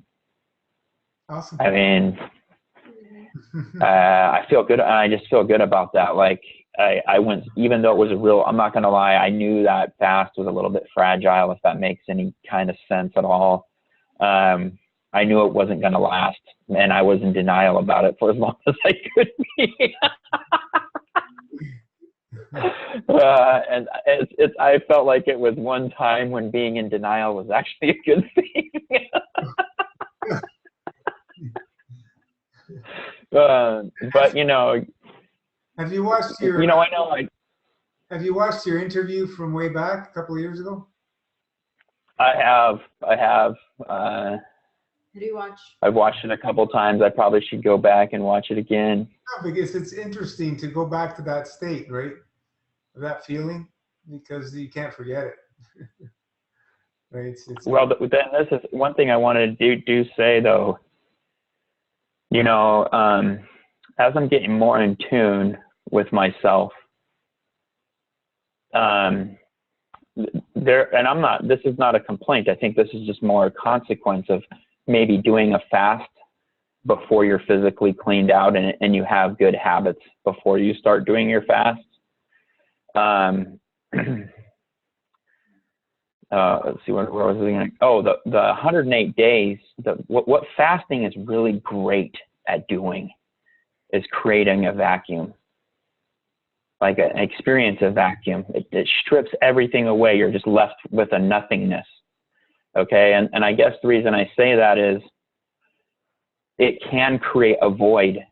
Okay, and it's not really creating a void in a bad way, but when you create a void and your habit is to just eat and to solve your emotional problems, this can be a challenge. And I guess this is kind of coming out of the mental work that I've been doing with myself and my relationship with food. But I'm definitely noticing right now that the fast is creating a void in my life that I want to fill with food. And that isn't necessarily a positive thing. So forth, I'm not really judging myself. At the same time, I'm also realizing that food, like Steve was saying earlier, and everybody gets to this point, food does nothing for me. So eventually, it will collapse in on itself. So that's kind of what I'm, doing today. I took about 3 hours today to just sit and just really be with myself, to try to support myself in my goals, to look at where I was weak mentally in my goals and my desires and my intentions. Because when I do this, and it's almost like you can fuel yourself up on the spiritual level a little bit. And then when you do this, everything else becomes so much easier, because you're kind of, that fire then translates into spiritual energy, which can transmute anything, I guess, is what I'm really trying to say. But yeah, that's where I'm at. I feel like I'm going to go back onto full Masterfast soon. I don't know at what level. I guess I say full Masterfast, but I think right now what I'm trying to do is just feel this void building up. Just recognize that it's a temporary situation, and then just process it until I can get to the point where I can just fast continually without any issues, or without the lack of this is a better way of saying it. I can fast without the lack of emotional control necessary to stay on the fast. Awesome. Yeah. But the one thing I was going to say too earlier, you guys are talking about food, oh, we need food for nutrition, or we need food for XYZ. When people freak out and they say they need food, have you ever heard somebody say, I need food because it sustains me and gives me life? Do you know what I'm trying to say? It's usually some kind of shallow excuse, like, oh, I need nutrition. Oh, okay. It's true. Nobody says that. Nobody. Right. I need food because it makes me just feel amazing and loved, and it sustains my being. Yeah. They say I love food so much, being addicted, but nah, it's not that it gives me life, or it makes me in this love state, or Yeah. Well, some people believe you can't live without eating. I don't know if they put in what you in the sentence like you've had, but Right. No, I hear what you're saying, man. I hear you. Anyways, that's just that's where I'm at right now. So. Yeah, it's we can have a laugh.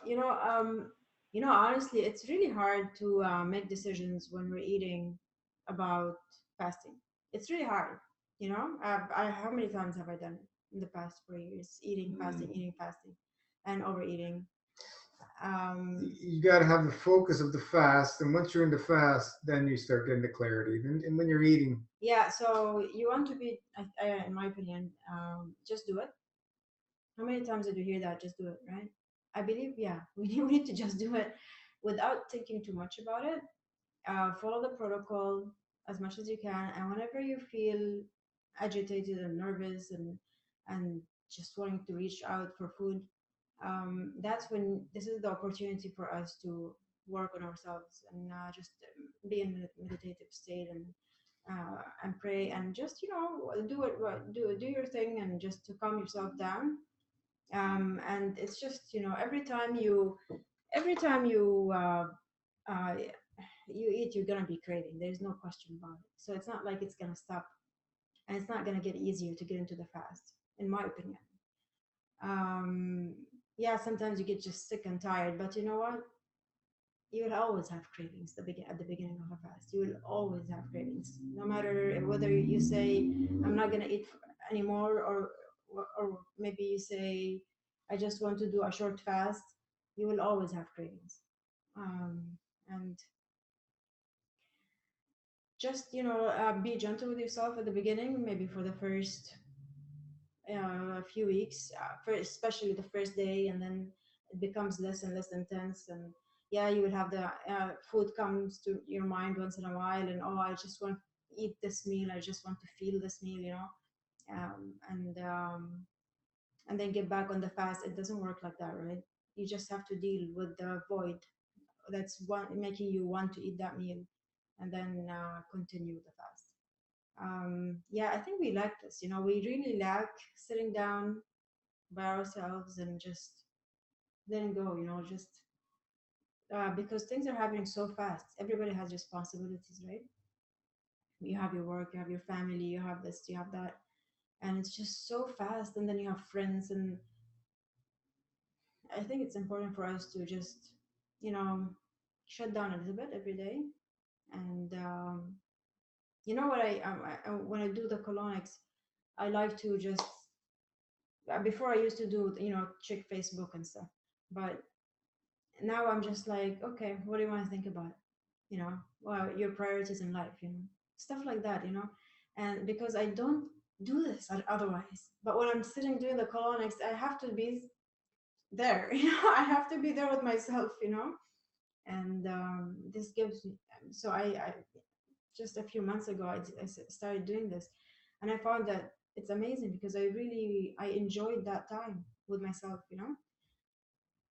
asking myself like, what are your priorities? Okay, now food, for example. How often do you want to eat, or do you ever want to eat again, or and Ranjit is very, thank you so much for always inspiring us and helping us to, go further.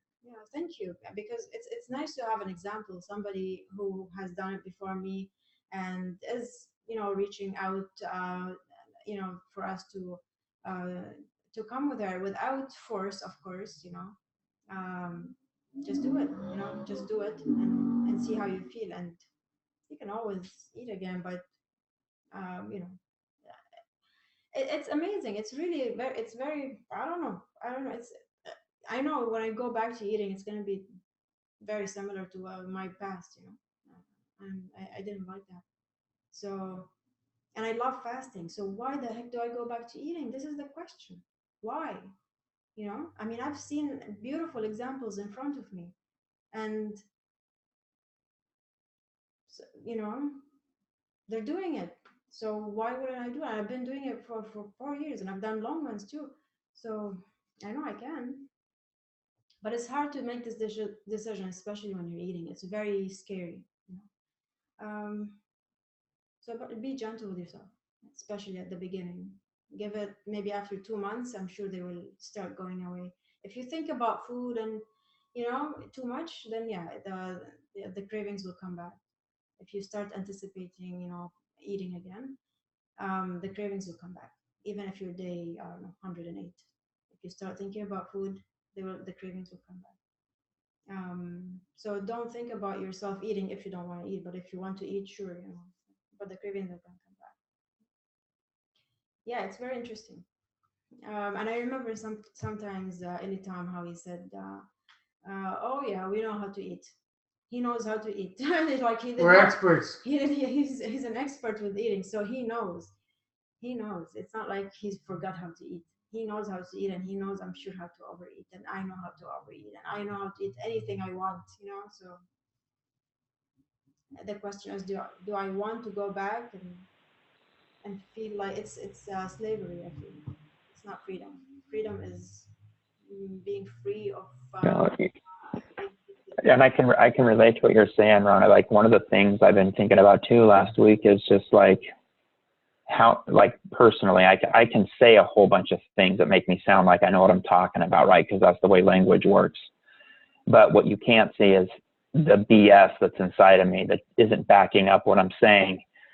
So I'm going to strip that BS, that shield away for a second, hopefully as much as possible. So, but I thought about literally, what do I do to settle myself emotionally?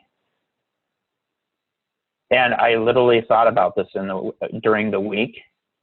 If I took away eating food, that is, aside from eating food, and I just really thought about it, I'm like, what do I do on a daily basis to make myself feel a certain way? Like love, for example, and I'm not putting that on someone else. I'm trying to do it for myself. And almost zero for me right now, almost zero things outside of food. And so I really feel like this is where I think you're right. I really think you're right there, especially for me right now. I think I'm just going to jump back onto Masterfast again tomorrow. I'll start it up tomorrow morning, or usually midnight at night is when I usually consider the start time. Get back on there and clear up my mind a little bit, get out of the heaviness of eating. And I think I totally can relate to all those things. But, one question you asked really resonated with me.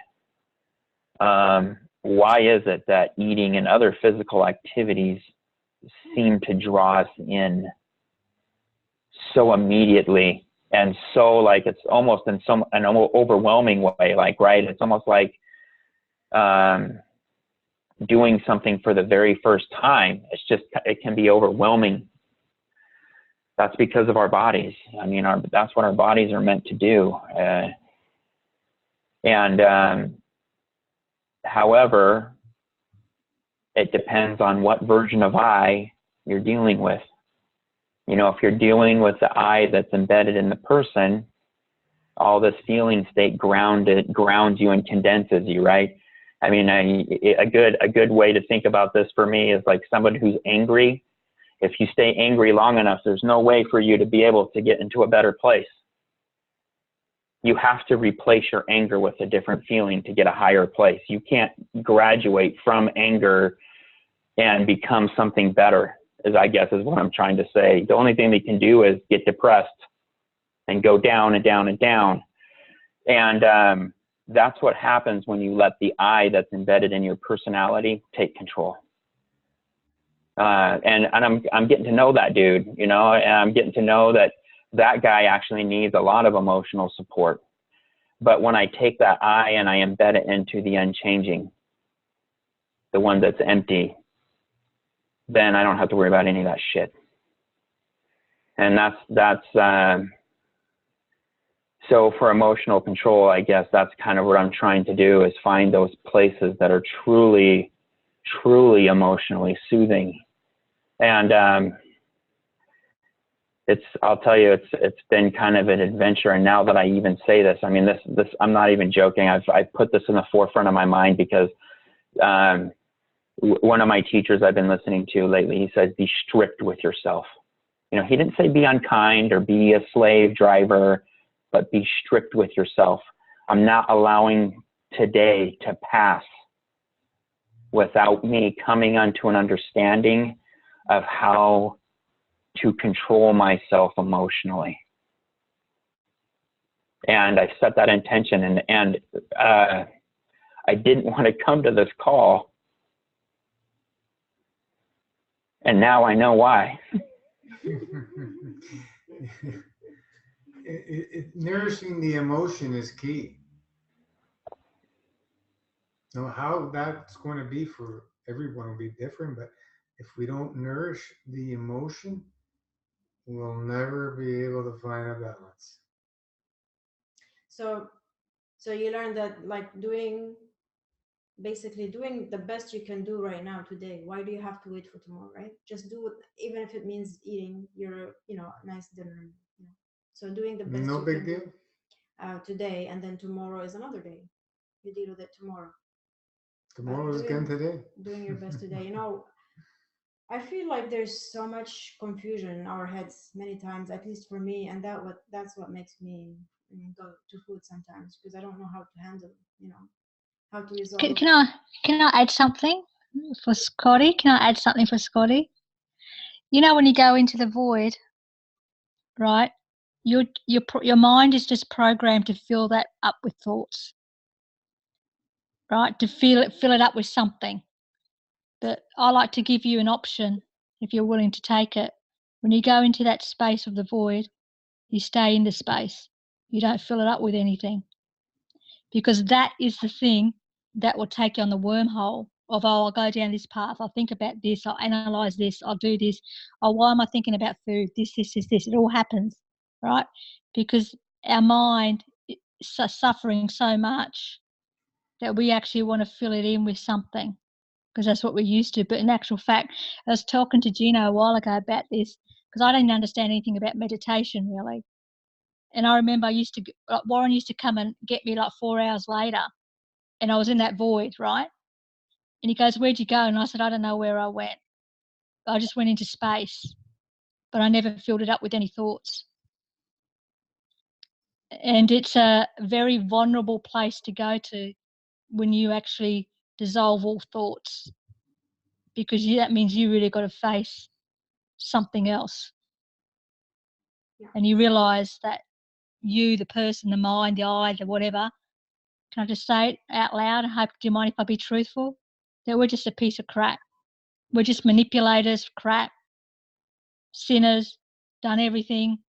You got to face all that, and this is just what this journey is, just the mirror of truth. And then if you're happy to go down that void into the empty space and stay there,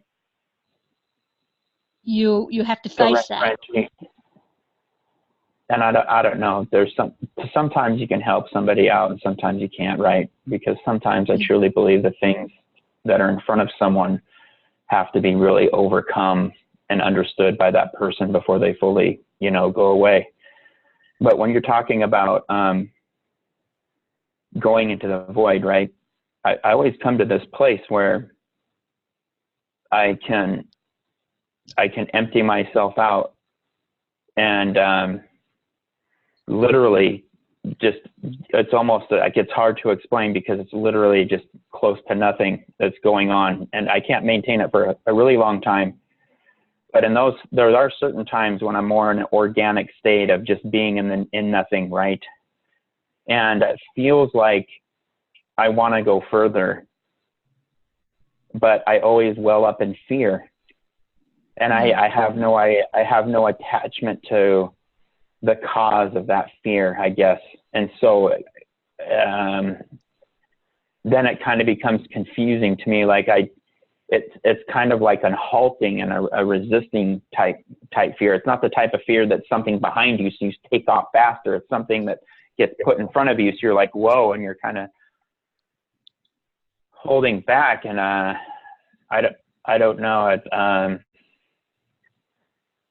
So I don't know, like that's all I can say about it right now. That's the best I can put it into words, but I don't know if anybody else has had that experience, and maybe it's just a matter of me just accepting that that's just kind of something that's happening, and it's not the end destination.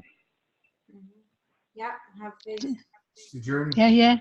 It's journey. Yeah, exactly. It's accepting is really good. Yeah, really, really good. And I think sometimes nothing is given to you. It's all in your time and space and how you do it for yourself, and it's your journey. But we're all here to help you, Scott. And you know what, Scott? You know, God is here to help everyone. And God is like, listen, God is taking care of each and every one of us. What we want to do is just have the faith that everything is fine, and keep going, never give up. Listen to some, I do like to listen to some motivational videos, speakers. You know, I love, you know, it's all about just keep going, have faith, don't give up, be patient, be persistent, don't give up, achieve your goals, wherever they are, you know. Yeah, don't, yeah, just do it. I might have to say, I'd like to say something about that. Can you hear me? Yes, Hans. Okay. Look, I find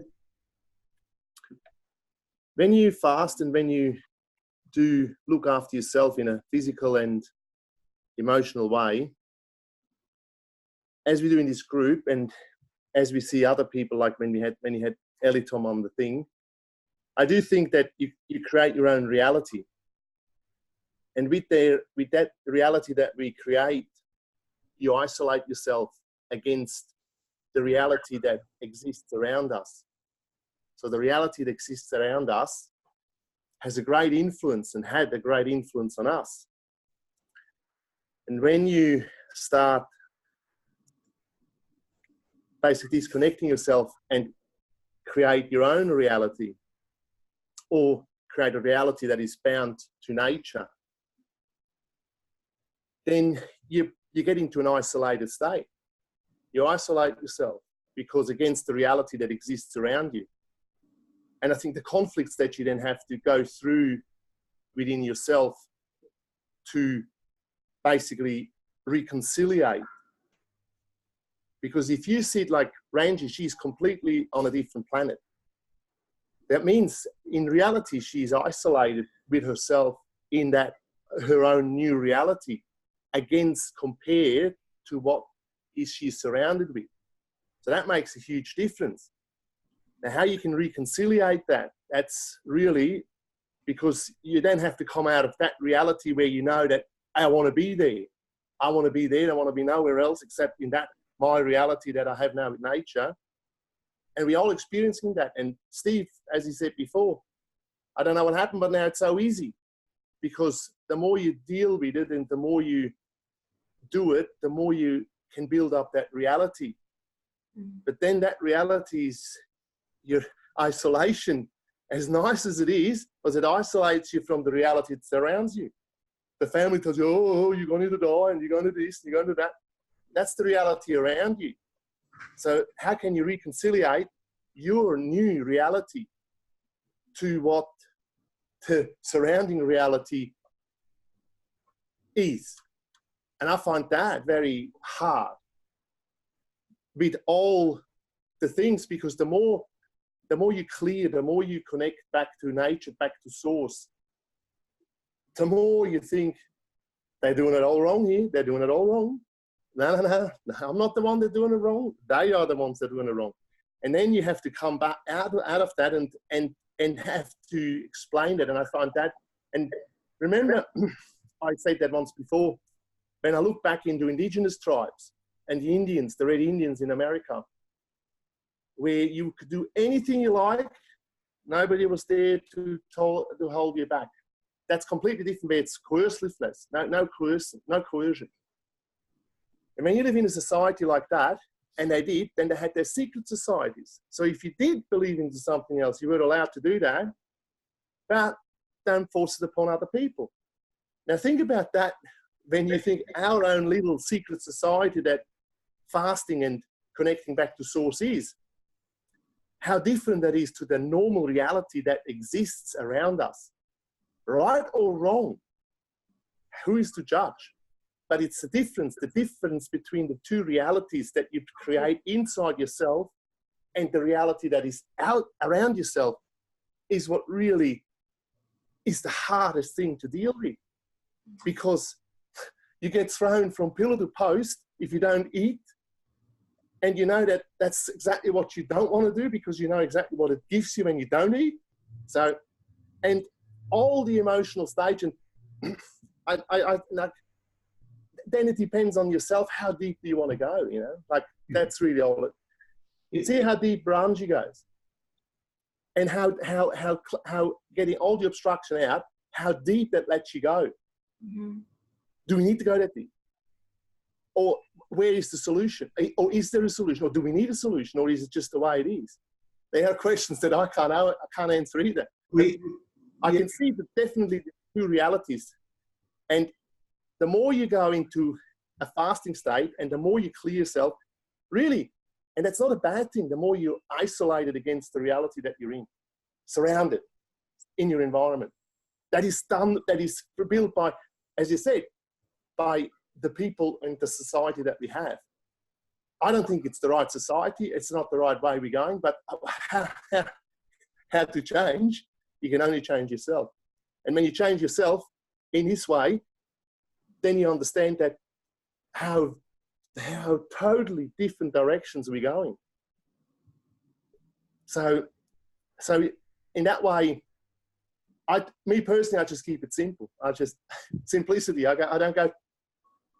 It's a march. It's a way we have to march, and you have to march it yourself. And I think, great, there too, Scotty. You know, you have to deal with yourself on that, because at the end, the more you do it, the more you will find a way of doing it.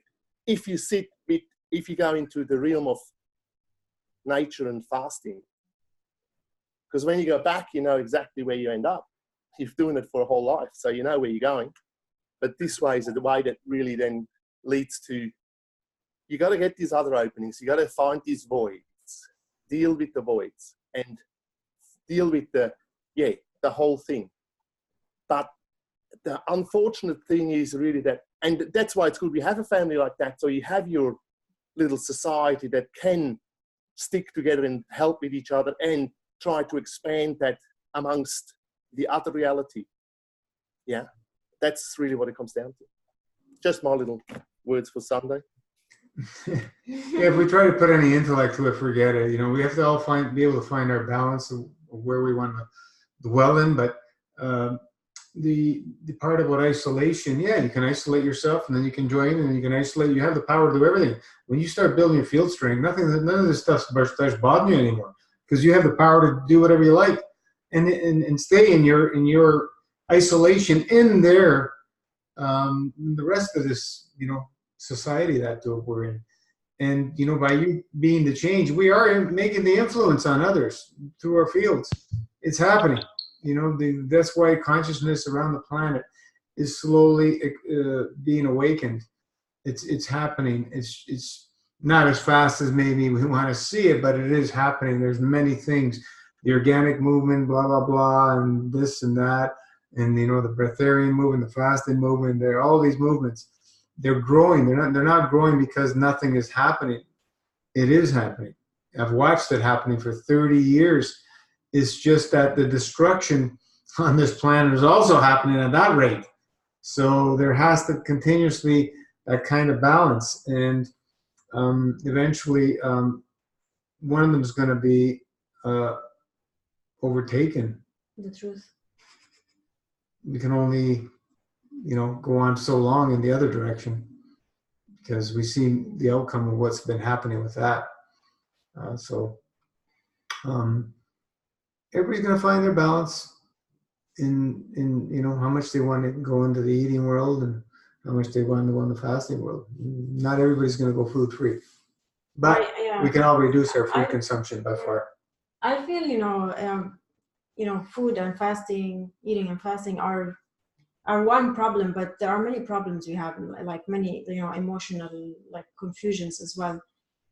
And I think that's it. It's just confusion. So I think it's very important for each one to sit down and be in peace with what's in the head, and just do what they want, you know. What's going to nurture your emotion? Because if we don't do that, Yeah. we'll never be happy. Yeah. Yeah, look, I think that's right. I mean, and that's why the responsibility lies with each of us, within yourself, to do that. It's the way that we have found all each other in MFS, and we can really see the benefits it does to us on a daily basis. Then you compare that to, as I said, what's surrounding you. And I find it interesting. I saw a podcast about a guy called Robert Tunks. He's a self-made millionaire here in Australia. He lives down in Victoria, and he runs actually a sheep farm. All right, but he actually explained, for instance, the difference between what causes more damage to the environment, the plant-based crop growers or animal growers. And he says, look, statistically, and he's a very smart man, he says statistically, the world needs 27 trillion calories a day. Where it is coming from, you see? And when you listen to that, how then the whole scenario is about protein, that we have to feed ourselves, and this is a huge problem, and it is a huge problem. When you have that many people and the people is growing, the amount of population is growing, then how do you want to feed all this? And you get in a complete frenzy about it.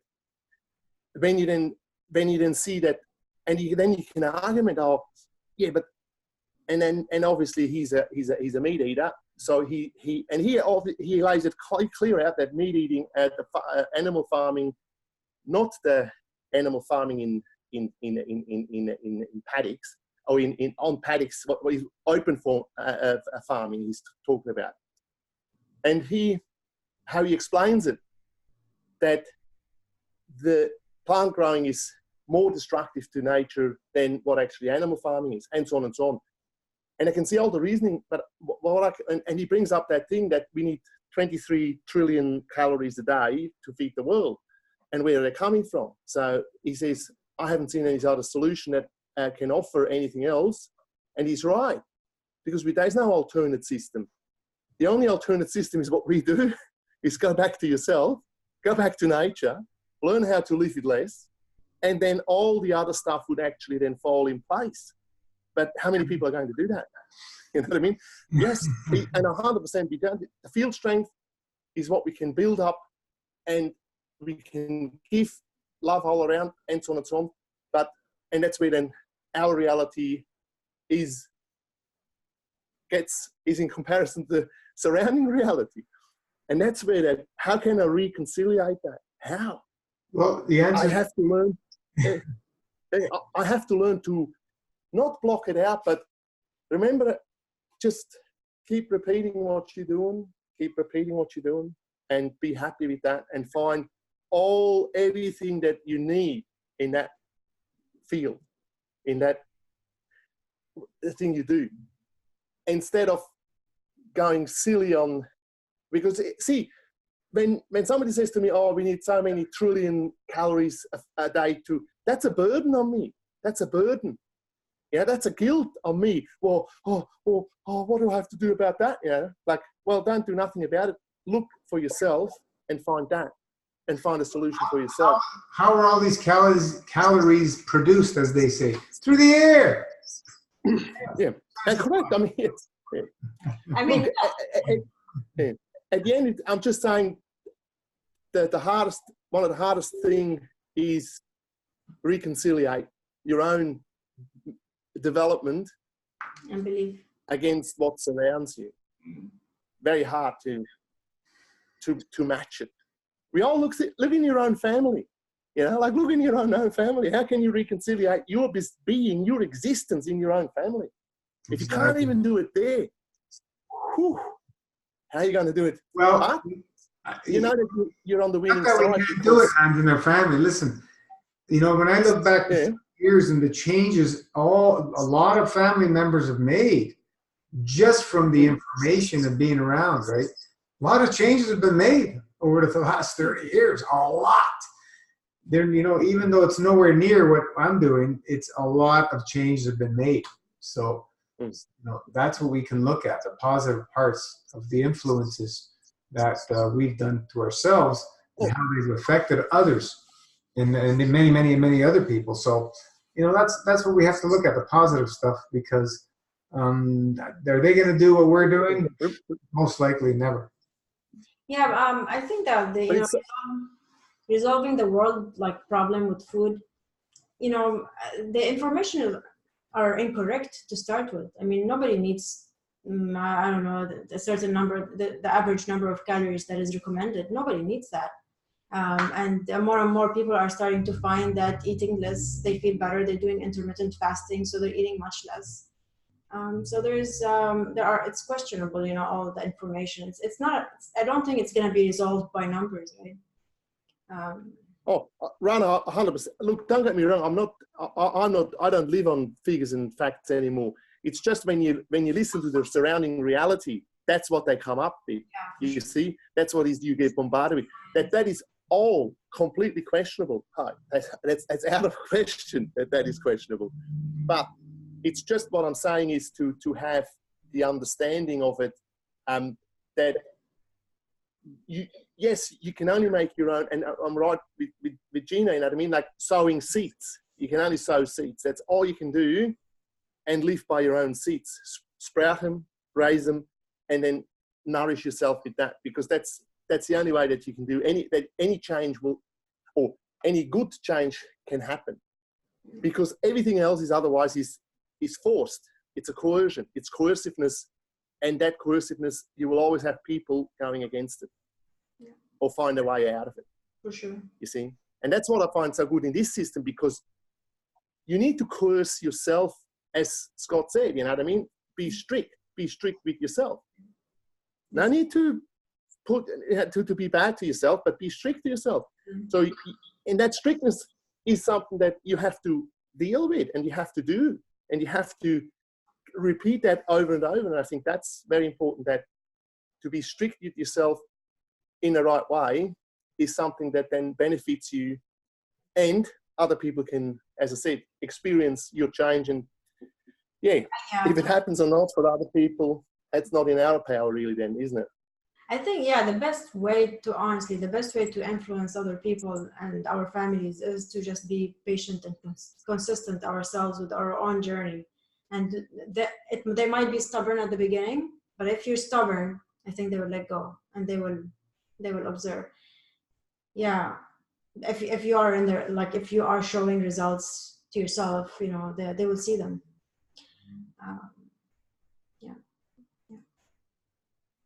Hey, Ron, sorry to interrupt, but Rana, I know that, I know Oliver is doing fast, might have started MFS, and I know John is also fasting at the moment, so I'd love to hear how they're going, if that's possible. Just a quick note to Hans. The Titanic is shipped, now we have spaceships. Any of the Titanic is sunk, now we have the spaceships, sorry. Yeah, that's correct. Yeah. But it's still a vessel that carries us all. Yeah, that's what I'm talking about. But yeah, spaceship. Yeah, I'll take that. Go anywhere you want to go. So, John or Oliver, was it? Yeah, John or Oliver, whoever wants to talk first. Because they're both fasting. I've been just sitting here in the dark listening to everybody. I wasn't even going to get involved in this because it's been good. You know, everybody's trying to figure this out with words and thinking that's gotten in the way the whole time to begin with. So for me at this point, I don't try to think about it when my mind is taken over, because I know it's never going to give me the answer. Exactly. It makes zero sense to sit here and in reality, no matter what it is, whether it's religion, whether it's this, whether it's that, whether it's any theory out there, that just keeps us here. Any of it. And if you want to go all in on I was talking to Ranjit, this is the only group I've ever really even been like all in on, ever. whether it be religion, any of that stuff, because it's not about a theory. It's all different for all of us. You know, there is no one size fits all. That's the beauty in it. Even though the protocol is the exact same, it's going to be totally different for all of us. You know, and if anything, I've learned life, like Ella Tom was saying, everybody, life still is the exact same as how we know it. You just have a different level of, when you vibrate on that certain level, you don't think of things the same way that you did when you weren't. That's it for me. That's it. So if I'm lost in it, if I'm grounded too much, I don't even try to think about that much, because I know it's not going to be the same way I would look at it if I'm feeling better, you know? So law of attraction, all that kind of stuff. It's great to feel that way or to think that way, but until we actually feel it, we really don't get it. And that's why we need something else to give us hope, or someone else's words to help get us through the day, you know? But it really just becomes so simple, and we just have to, you know, I don't, it's hard. Like Hans Peter and all these, you know, I want to be I want to be able to walk in society and be a faster, you know? And I think that's absolutely possible. And the only reason that we may be thinking a certain way at the time is just because we don't have the experience in it, you know? Like, I don't know. Even to doubt the whole family thing and the dynamic, the whole food thing. Steve, talking about the food. Give that food away. That's how we get energy. That unbelievable thing that you just made, give it to somebody else to eat it. And that's how, like I was saying with Gino on the board, it's how my grandmother used to do it. Mm-hmm. A lot of people we know who love to cook, because we don't have to not do anything. It's up to us. Yeah. We're only limiting ourselves by saying, you know what, once I do this, or once I'm on my own thing, or once my no, that all is the same crap. It's all an excuse, because there's going to be a time where it doesn't matter what it is. We're fine, you know, because, you know, I don't know. Yeah, It's you just, can be the same now, person. it's a lot simpler now. I mean, I still struggle. You know, I'm not even counting days right now. Like, I'll figure it out soon, but I'm doing all right. I just did a dry fast for 3 days, and I feel good. I'm a little wiped out tonight, but you know, family was talking about a family member who's younger than I am, who had a seizure. This is tonight, like just before the thing, and then she went to the hospital, and then they found a mass in her brain, and now she's going for brain surgery. So I was like thankful that I could come upstairs, because it's not that I don't care. It's not that this person's really cool. It's not all of that. It's that I know that me thinking about it isn't going to help anything at all. The only thing I can do is come up here and feel better while I'm thinking about her than everybody else who is actually just keeping us all stuck by doing it the old way. You know, it's crazy. But I don't know. We have to just do us, and that's it. And the whole changing everybody else, we can't change anybody. It's all free will. I've gone through the cycles of life where you're like, you know, you love everybody, you want to give a touch, you know, you want everybody to feel your love. But there's so many people who don't have no idea what you're talking about, that it actually pushes them further away than your whole intention. You know, it's like people who are needy. The needier you are, which is the worst part of the whole thing, is the needier you are, the less attention you get. It's a strange thing, or at least attention that can help you in any way, shape, or form, other than keep you where you're at, you know? So I don't know. Like, I don't know. Tonight's been good. I love the fact that Steve, everybody's talking, you know, everybody's starting to open it up a little bit and realizing that it's not a perfect thing, but it's a lot less complicated than our brain allows us to. We can't see it until we're fasting. We all know that. Everybody who's experienced knows how like clear life is when we don't eat, when we live pure. You know, that's all it is.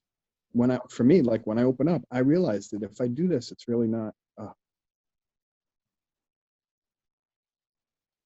Johnny, can I open up? I have to tell you that I love you. Just wanted to bring that in.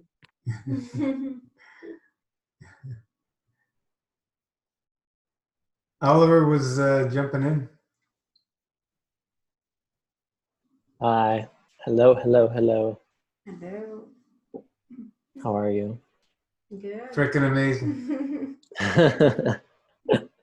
I feel freaking amazing too. Awesome. Yeah. Is John coming back? Where did he go? I don't know. Well, I started having some strong healing reactions a few days ago, and I just was like, all right, it's happening. Let's do this. And I don't know. I just was not, I was like, okay. Because it just was so sudden. It was like, I started that day off that it happened. I think it was like 3 days ago. I felt like okay. And then like midday, I started feeling like a little bit kind of like dizzy. And then by like 6 o'clock, like my tonsils started hurting. And then I started like feeling funny. And then by like nighttime, I was like, okay, like I feel like a headache is coming on. I'm feeling hot. So then I tried to go to bed and I fell asleep. And when I woke up at 3 a.m. and I was like on fire. Like I literally just like was like, oh shit. Like I took the covers off of me and I was burning hot. And I was just like, head was hurting. My tonsils were swollen. My kidneys were hurting. And I was like, oh God. So I just like went and I turned on the AC. I turned on the fan. I took a few deep breaths. I said, everything's okay. Everything's all right. I went into the bathroom because that's the only thing I know how to do. Is go lay down and do enemas because that's the only thing that has saved me. Every time I've been in pain, when I had my surgery, I just go into the bathroom and I just started doing enemas. And so I just, at 3 a.m., I just went to the bathroom and I started doing enemas. And it really calmed me down. It brought my temperature down. I was in a little bit less pain. And then, yeah, I don't even remember everything. I kind of just was in such a haze that I kind of just was going through it. I was still keeping the protocol. And then I remember I left you that comment, Gina. I was like, I'm trying my best. And you're like, don't try, do. And I was like, okay, Daddy Gino's putting down the law. All right. So I was like, okay. And then I just kept going. I had like a wooden spoon and I burnt it and I was rubbing that into my kidneys. And it was so weird. I was in so much pain. Like my lower legs were just like painful, very, very painful. It was like such an odd pain. I didn't really know what to do for that. I have a little bit of this like oil that has like a few essential oils in it, and I was rubbing that on my legs. But I don't know. I just pushed through. You did Sorry? You did the right thing. Yeah. Doing Just use some of the tools, yeah. Enemas, number one. How many liters do you do daily? I don't know. I literally do so much that I don't count. I have an enema bag, and I probably fill it up maybe 5 to 6 times. And I'm guessing, is a normal enema bag 2 quarts usually? How much is it usually? Yeah. So I probably do around like 10 to 12 quarts a day. Good. Estimating. And Very good. And then, so I think it was yesterday, might have been today. I'm so out of the loop. I woke up and I literally I woke up and it was like the weirdest feeling. I was like, whoa, like I'm so light, I have so much energy. Like I just snapped out of sleep. It was the weirdest feeling. And then I was like, whoa. And I felt so good. And it was so weird because it was such a contrast because I went to sleep feeling like such crap and I woke up feeling so good. And I walked to the bathroom and I urinated, and it was like dark brown. It was like so dark. And I think that's why I felt so good, because my kidneys finally just like kind of released something, and my kidney pain really went down. And then, yeah, just everything continued. I had the herbal vegetable broth once, just for some grounding, but it didn't do that much. It tasted really nice. I guess it calmed me down a bit, but wasn't a big deal. And yeah, now I'm feeling a lot better. My tonsils are still swollen. Interesting thing is, I have a hole in my left side of my tonsil. And bye, Andrew. And it releases tonsil stones. But my right side of my tonsil, my other tonsil, it has trouble releasing the stones. It's kind of like blocked. And it like will release a little bit of like that liquid, but it doesn't release the stones. And I've always noticed, I feel like something got mucked up there, and I'm feeling that this swelling is happening to create that tunnel, to release those stones, because there's like this dark area that has formed on my tonsil that seems like a hole that's forming. It's like, it almost seems like the cells are dying there, and that hole's, the blueprint, the perfect blueprint of my body, whatever it needs to be is forming, whatever it is. But yep. Yeah. Did you used to have tonsil infections, swollen tonsils? Oh yeah. When I was a kid, all the time, my tonsils were always super swollen. I always had bad breath, and I didn't know how to fix my bad breath, because I would tongue scrape, I would brush my teeth, and my breath would smell bad, and my mouth would taste bad. And it's all from my throat. It's all from my tonsils. It's all, It's a lymph. Yeah, it's a lymph. It's never me cleaning my mouth won't do anything. And antibiotics for that, right? Hmm? They used to give you antibiotics for that? No, I never took antibiotics for my tonsils. I've taken antibiotics for my acne, and I've done accutane. I've only taken antibiotics once for being sick. I'm lucky that I take antibiotics a lot, but I did at one point really want to remove my tonsils. And I begged my dad, I said, please take me to the hospital. I want to take out my tonsils. They're always infected. Because that's what everyone was doing. Everyone around me is like, hey, I got my tonsils taken out. I'm not getting sick anymore. I was getting sick every day, took out my tonsils, not getting sick anymore. So I was thinking, hey, that sounds magical. Let me go take out my tonsils. And my dad, God bless him, he said to me, if you don't do a surgery, if you absolutely don't need it, like you're not going to go do that surgery, because it's not a life or death situation. And I thank him to this day. I tell him all the time, like, thank you for not letting me go cut out my tonsils, because I now understand why people, when they remove their tonsils, are not getting sick anymore. Remove the signal. Yeah. So I'm really grateful for that, because I've been releasing tonsil stones weekly for about 1.5 years now, ever since I started fasting. They don't stop coming out. Even when I start eating again, they still come out. Yeah. I have a whole what do you call it, gallery of photos of tonsil stones and shit that comes out of me. I could have a whole gallery of my own. Do you spit them out? The stones? They come out on their own sometimes. Sometimes I'll spit them out, but most of the time I'll feel them, and I can smell them and taste them. I can feel them burning. And I'll go in front of my mirror with a Q-tip, and I'll just gently like push them out, because they just kind of come out. They kind of sit at the end. Yeah, I know what you're talking about. I didn't know they're called stones. I used to have them too. Yeah. Well, I don't know. No medical term. I just, whatever they are. Smell really bad. It's like. Oh. Yeah. Oh God. And you know what's funny is I meet people that smell like that.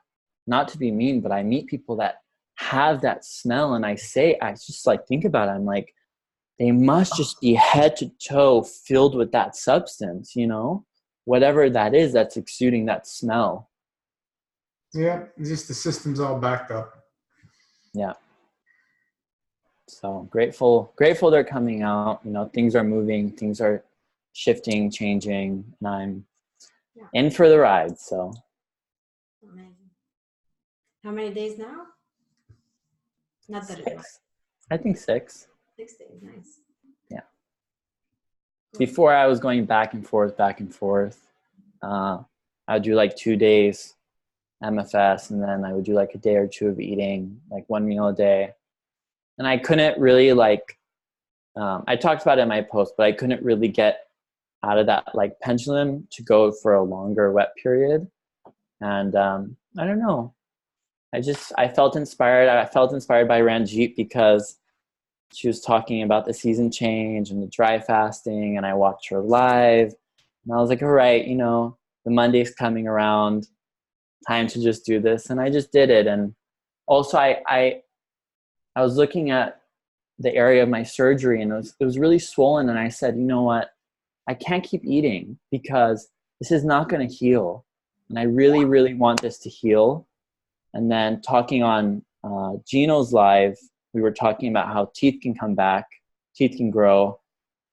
And I was like, you know what? I have to. I really have to just jump in and let it heal. Yeah. Awesome. Yeah. All right, guys, let's wrap her up for tonight. It's been a blessing, and thank you all beautiful souls for joining in. We thank Andrew had to leave for sharing where he's at, so we can all have a feel of how master fasting affects people when they jump in and have the experience. So awesome. Thank you guys again. Thank you, Oliver. Thank you so much for sharing. Keep that plasma love always flowing, and keep digging. This is what it's all about, because we live it and we love it. Okay, bye everyone. Bye, Scott. Love you, mate. See ya. Bye. Great. We'll have a great week. Thank you Have all. an awesome week. Thank you. Bye, Scott. Bye, everybody. Ciao.